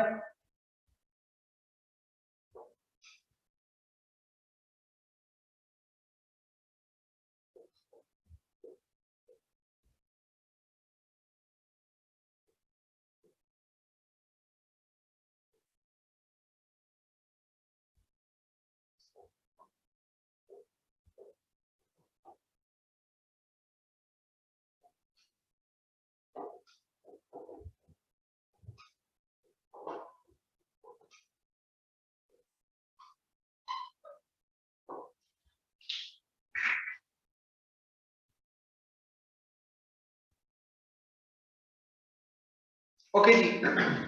ये वैल्यूज जो है ये आपने याद करनी है, ये दोनों टेबल आपके बुक में बने हुए हैं, ठीक है। इसमें बॉन्ड एनर्जी के लिए आते हैं और ये इलेक्ट्रोनेगेटिविटी के पॉइंट ऑफ व्यू से जैसे यहाँ पर बात डिस्कस की है, तो आपको ये पता होना चाहिए ताकि आप इससे रिलेटेड अगर कोई एमसीक्यू आता है तो उसको आप सॉल्व कर सकें। अच्छा स्टूडेंट्स, एक एमसीक्यू है, which one is more reactive, कौन सा ज्यादा रिएक्टिव होगा, ब्रोमोमीथेन, फ्लोरोमीथेन, क्लोरो या आयोडीन? जी, ए बी सी और डेल्टा डेल्टा डेल्टा कौन ज्यादा रिएक्टिव होगा? जी डेल्टा सर। डेल्टा। ओके ठीक हो गया। तो इसमें जो ऑप्शन बनेगा वो कौन सा कन्वर्ट है? अगर ऐसी क्वेश्चन पूछे which one has stronger bond charge? Beta beta beta beta. देखिए वैल्यू सीखी हुई है तो बीटा ऑप्शन करेक्ट हो जाएगा, ठीक हो गया। ऐसे ही जो रिएक्टिविटी है नोट में लिख रहा हूं, रिएक्टिविटी डिपेंड करती है inverse of carbon atoms, inverse of carbon atoms. ये बात आपने याद रखनी है। अगर ये बात याद है तो एक और एमसीक्यू भी सॉल्व हो जाएगी, या वैसे मैं लिख देता हूं, क्लोरो ब्यूटेन, क्लोरो मीथेन। जी बताएं किसकी रिएक्टिविटी ज्यादा होगी? क्लोरोइथेन। तो समझ आ गई ना बात, जितने कार्बन एटम्स कम होंगे उतनी रिएक्टिविटी इसकी क्या होगी? ज्यादा होगी, ठीक है। तो आपको अल्काइल हाइड की रिएक्टिविटी, ठीक है, आपको ये बताओ प्राइमरी सेकेंडरी टर्शियरी कौन कौन से हैं। इलेक्ट्रोफाइल होगा तो बॉन्ड पोलैरिटी पर ऑर्डर नहीं करेगा, न्यूक्लियोफाइल होगा तो बॉन्ड एनर्जी होगी। इससे रिलेटेड कुछ एमसीक्यूज, ये तमाम बातें जो है वो आपको इनका आइडिया होना चाहिए। अब हम नेक्स्ट स्टार्ट करते हैं जो हमारे पास SN1 और SN2 E1 और E2 जी सर 5 मिनट रहते हैं सर बहुत है। Yes sir. सर बस कर आगे हो? जी सर। यस सर बहुत ज्यादा। संडे है सर आज। Yes Sunday sir. है। मेहमान आने हैं। Yes sir. मेहमान आपको बता नहीं सकता कि मैं क्या क्या कुछ करके आया और क्या क्या कुछ मैंने करना है, ठीक है। सर आप भी सर आप लंच कर करने लें। लगा।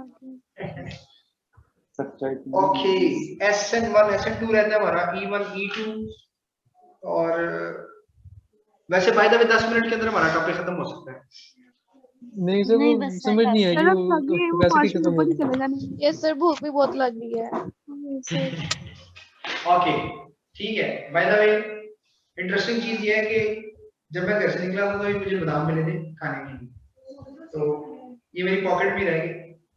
तो रात के भी गए थे कि आप बहुत ज्यादा दबाव खाते हैं बच्चे, तो चलो इससे मेरा थोड़ा सा प्रेम दिया समझ, लेकिन वो भी मेरी पॉकेट में रह गए। खैर इसको वापसी में जाते दिखाएंगे। तो यहाँ तक बेटा हमने ओवरऑल आज डिस्कस किया है। इसमें आपका कोई क्वेश्चन है तो आप वो भी कर लीजिएगा मेरे साथ, हम इंशाल्लाह इसकी वेरी नेक्स्ट प्रैक्टिस करेंगे और कल फिर SN1 SN2 E1 E2 और इससे आगे इंशाल्लाह हम कंटिन्यू करेंगे, ठीक है। सर एक क्वेश्चन था मेरा। सर हाँ जी बेटा। सर एक क्वेश्चन था। हाँ जी पूछे। सर ये जो आपने बताया था कि बेंजल्डिहाइड और जो बेंजोइक एसिड है, इन दोनों में से अगर वो हमसे पूछे था मेटा कौन सा, तो आपने कहा था बेंजोइक एसिड को हम लगाएंगे क्योंकि इसमें 2 ऑक्सीजन है और इलेक्ट्रोनेगेटिविटी ज्यादा हो जाती है। तो हम ये कह सकते हैं कि जिसकी इलेक्ट्रोनेगेटिविटी ज्यादा हो जाती है वो उसका जो मेटा कैरेक्टर है वो ज्यादा हो जाता है, तो उसकी रिएक्टिविटी इतनी कम हो जाएगी। बिल्कुल सही कह रहे हैं आप। तो रिएक्टिविटी जब कम, स्टेबिलिटी ज्यादा फिर। हाँ जी वो तो इनवर्स है। ठीक हो गया सर ये जो टेबल बनाया आपने इसके बारे में बता दें। ये टेबल बनाया क्या बताऊं इसके बारे में बेटा। पहला जो टेबल है वो बॉन्ड एनर्जी के लिहाज से है, दूसरा वाला बॉन्ड पोलैरिटी इलेक्ट्रोनेगेटिविटी लिखी हुई है। नहीं बेटा समझ आई?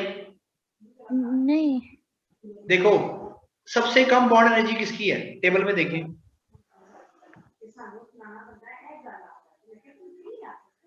बताएं। सर मुझे ब्लर नजर आ रहा है।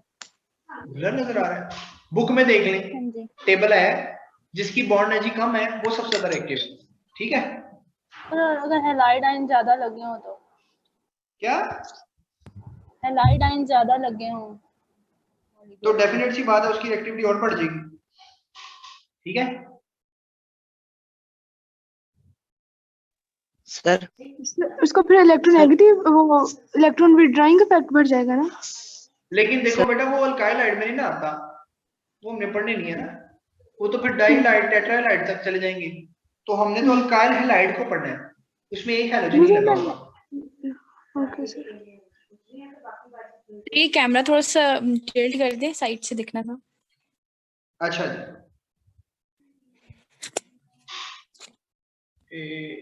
ये ले बेटा। सर। हाँ जी बेटा बोले। सर नियोपेंटाइल क्लोराइड का स्ट्रक्चर क्या होगा सर? क्या कहा आपने? सर नियोपेंटाइल क्लोराइड का स्ट्रक्चर सर जो 1 डिग्री है सर वो नहीं। नियोपेंटाइल क्लोराइड का स्ट्रक्चर? जी जी सर। अच्छा करो ड्रा, कैसे करो? कोई नहीं पता। ये ऐसा हो जाएगा, ये नियोपेंटाइल क्लोराइड है, सही है। Thank you sir. ओके बेटा अब इंशाल्लाह कोर्स खत्म हो जाएगा। क्या? कोर्स खत्म हो। अब इंशाल्लाह कल मुलाकात होगी। टिल देन आप अपना ख्याल रखें, दुआ में याद रखिएगा। अल्लाह हाफिज़, अस्सलाम वालेकुम। अल्लाह हाफिज़ सर। वालेकुम सलाम, अल्लाह हाफिज़। टाटा सर।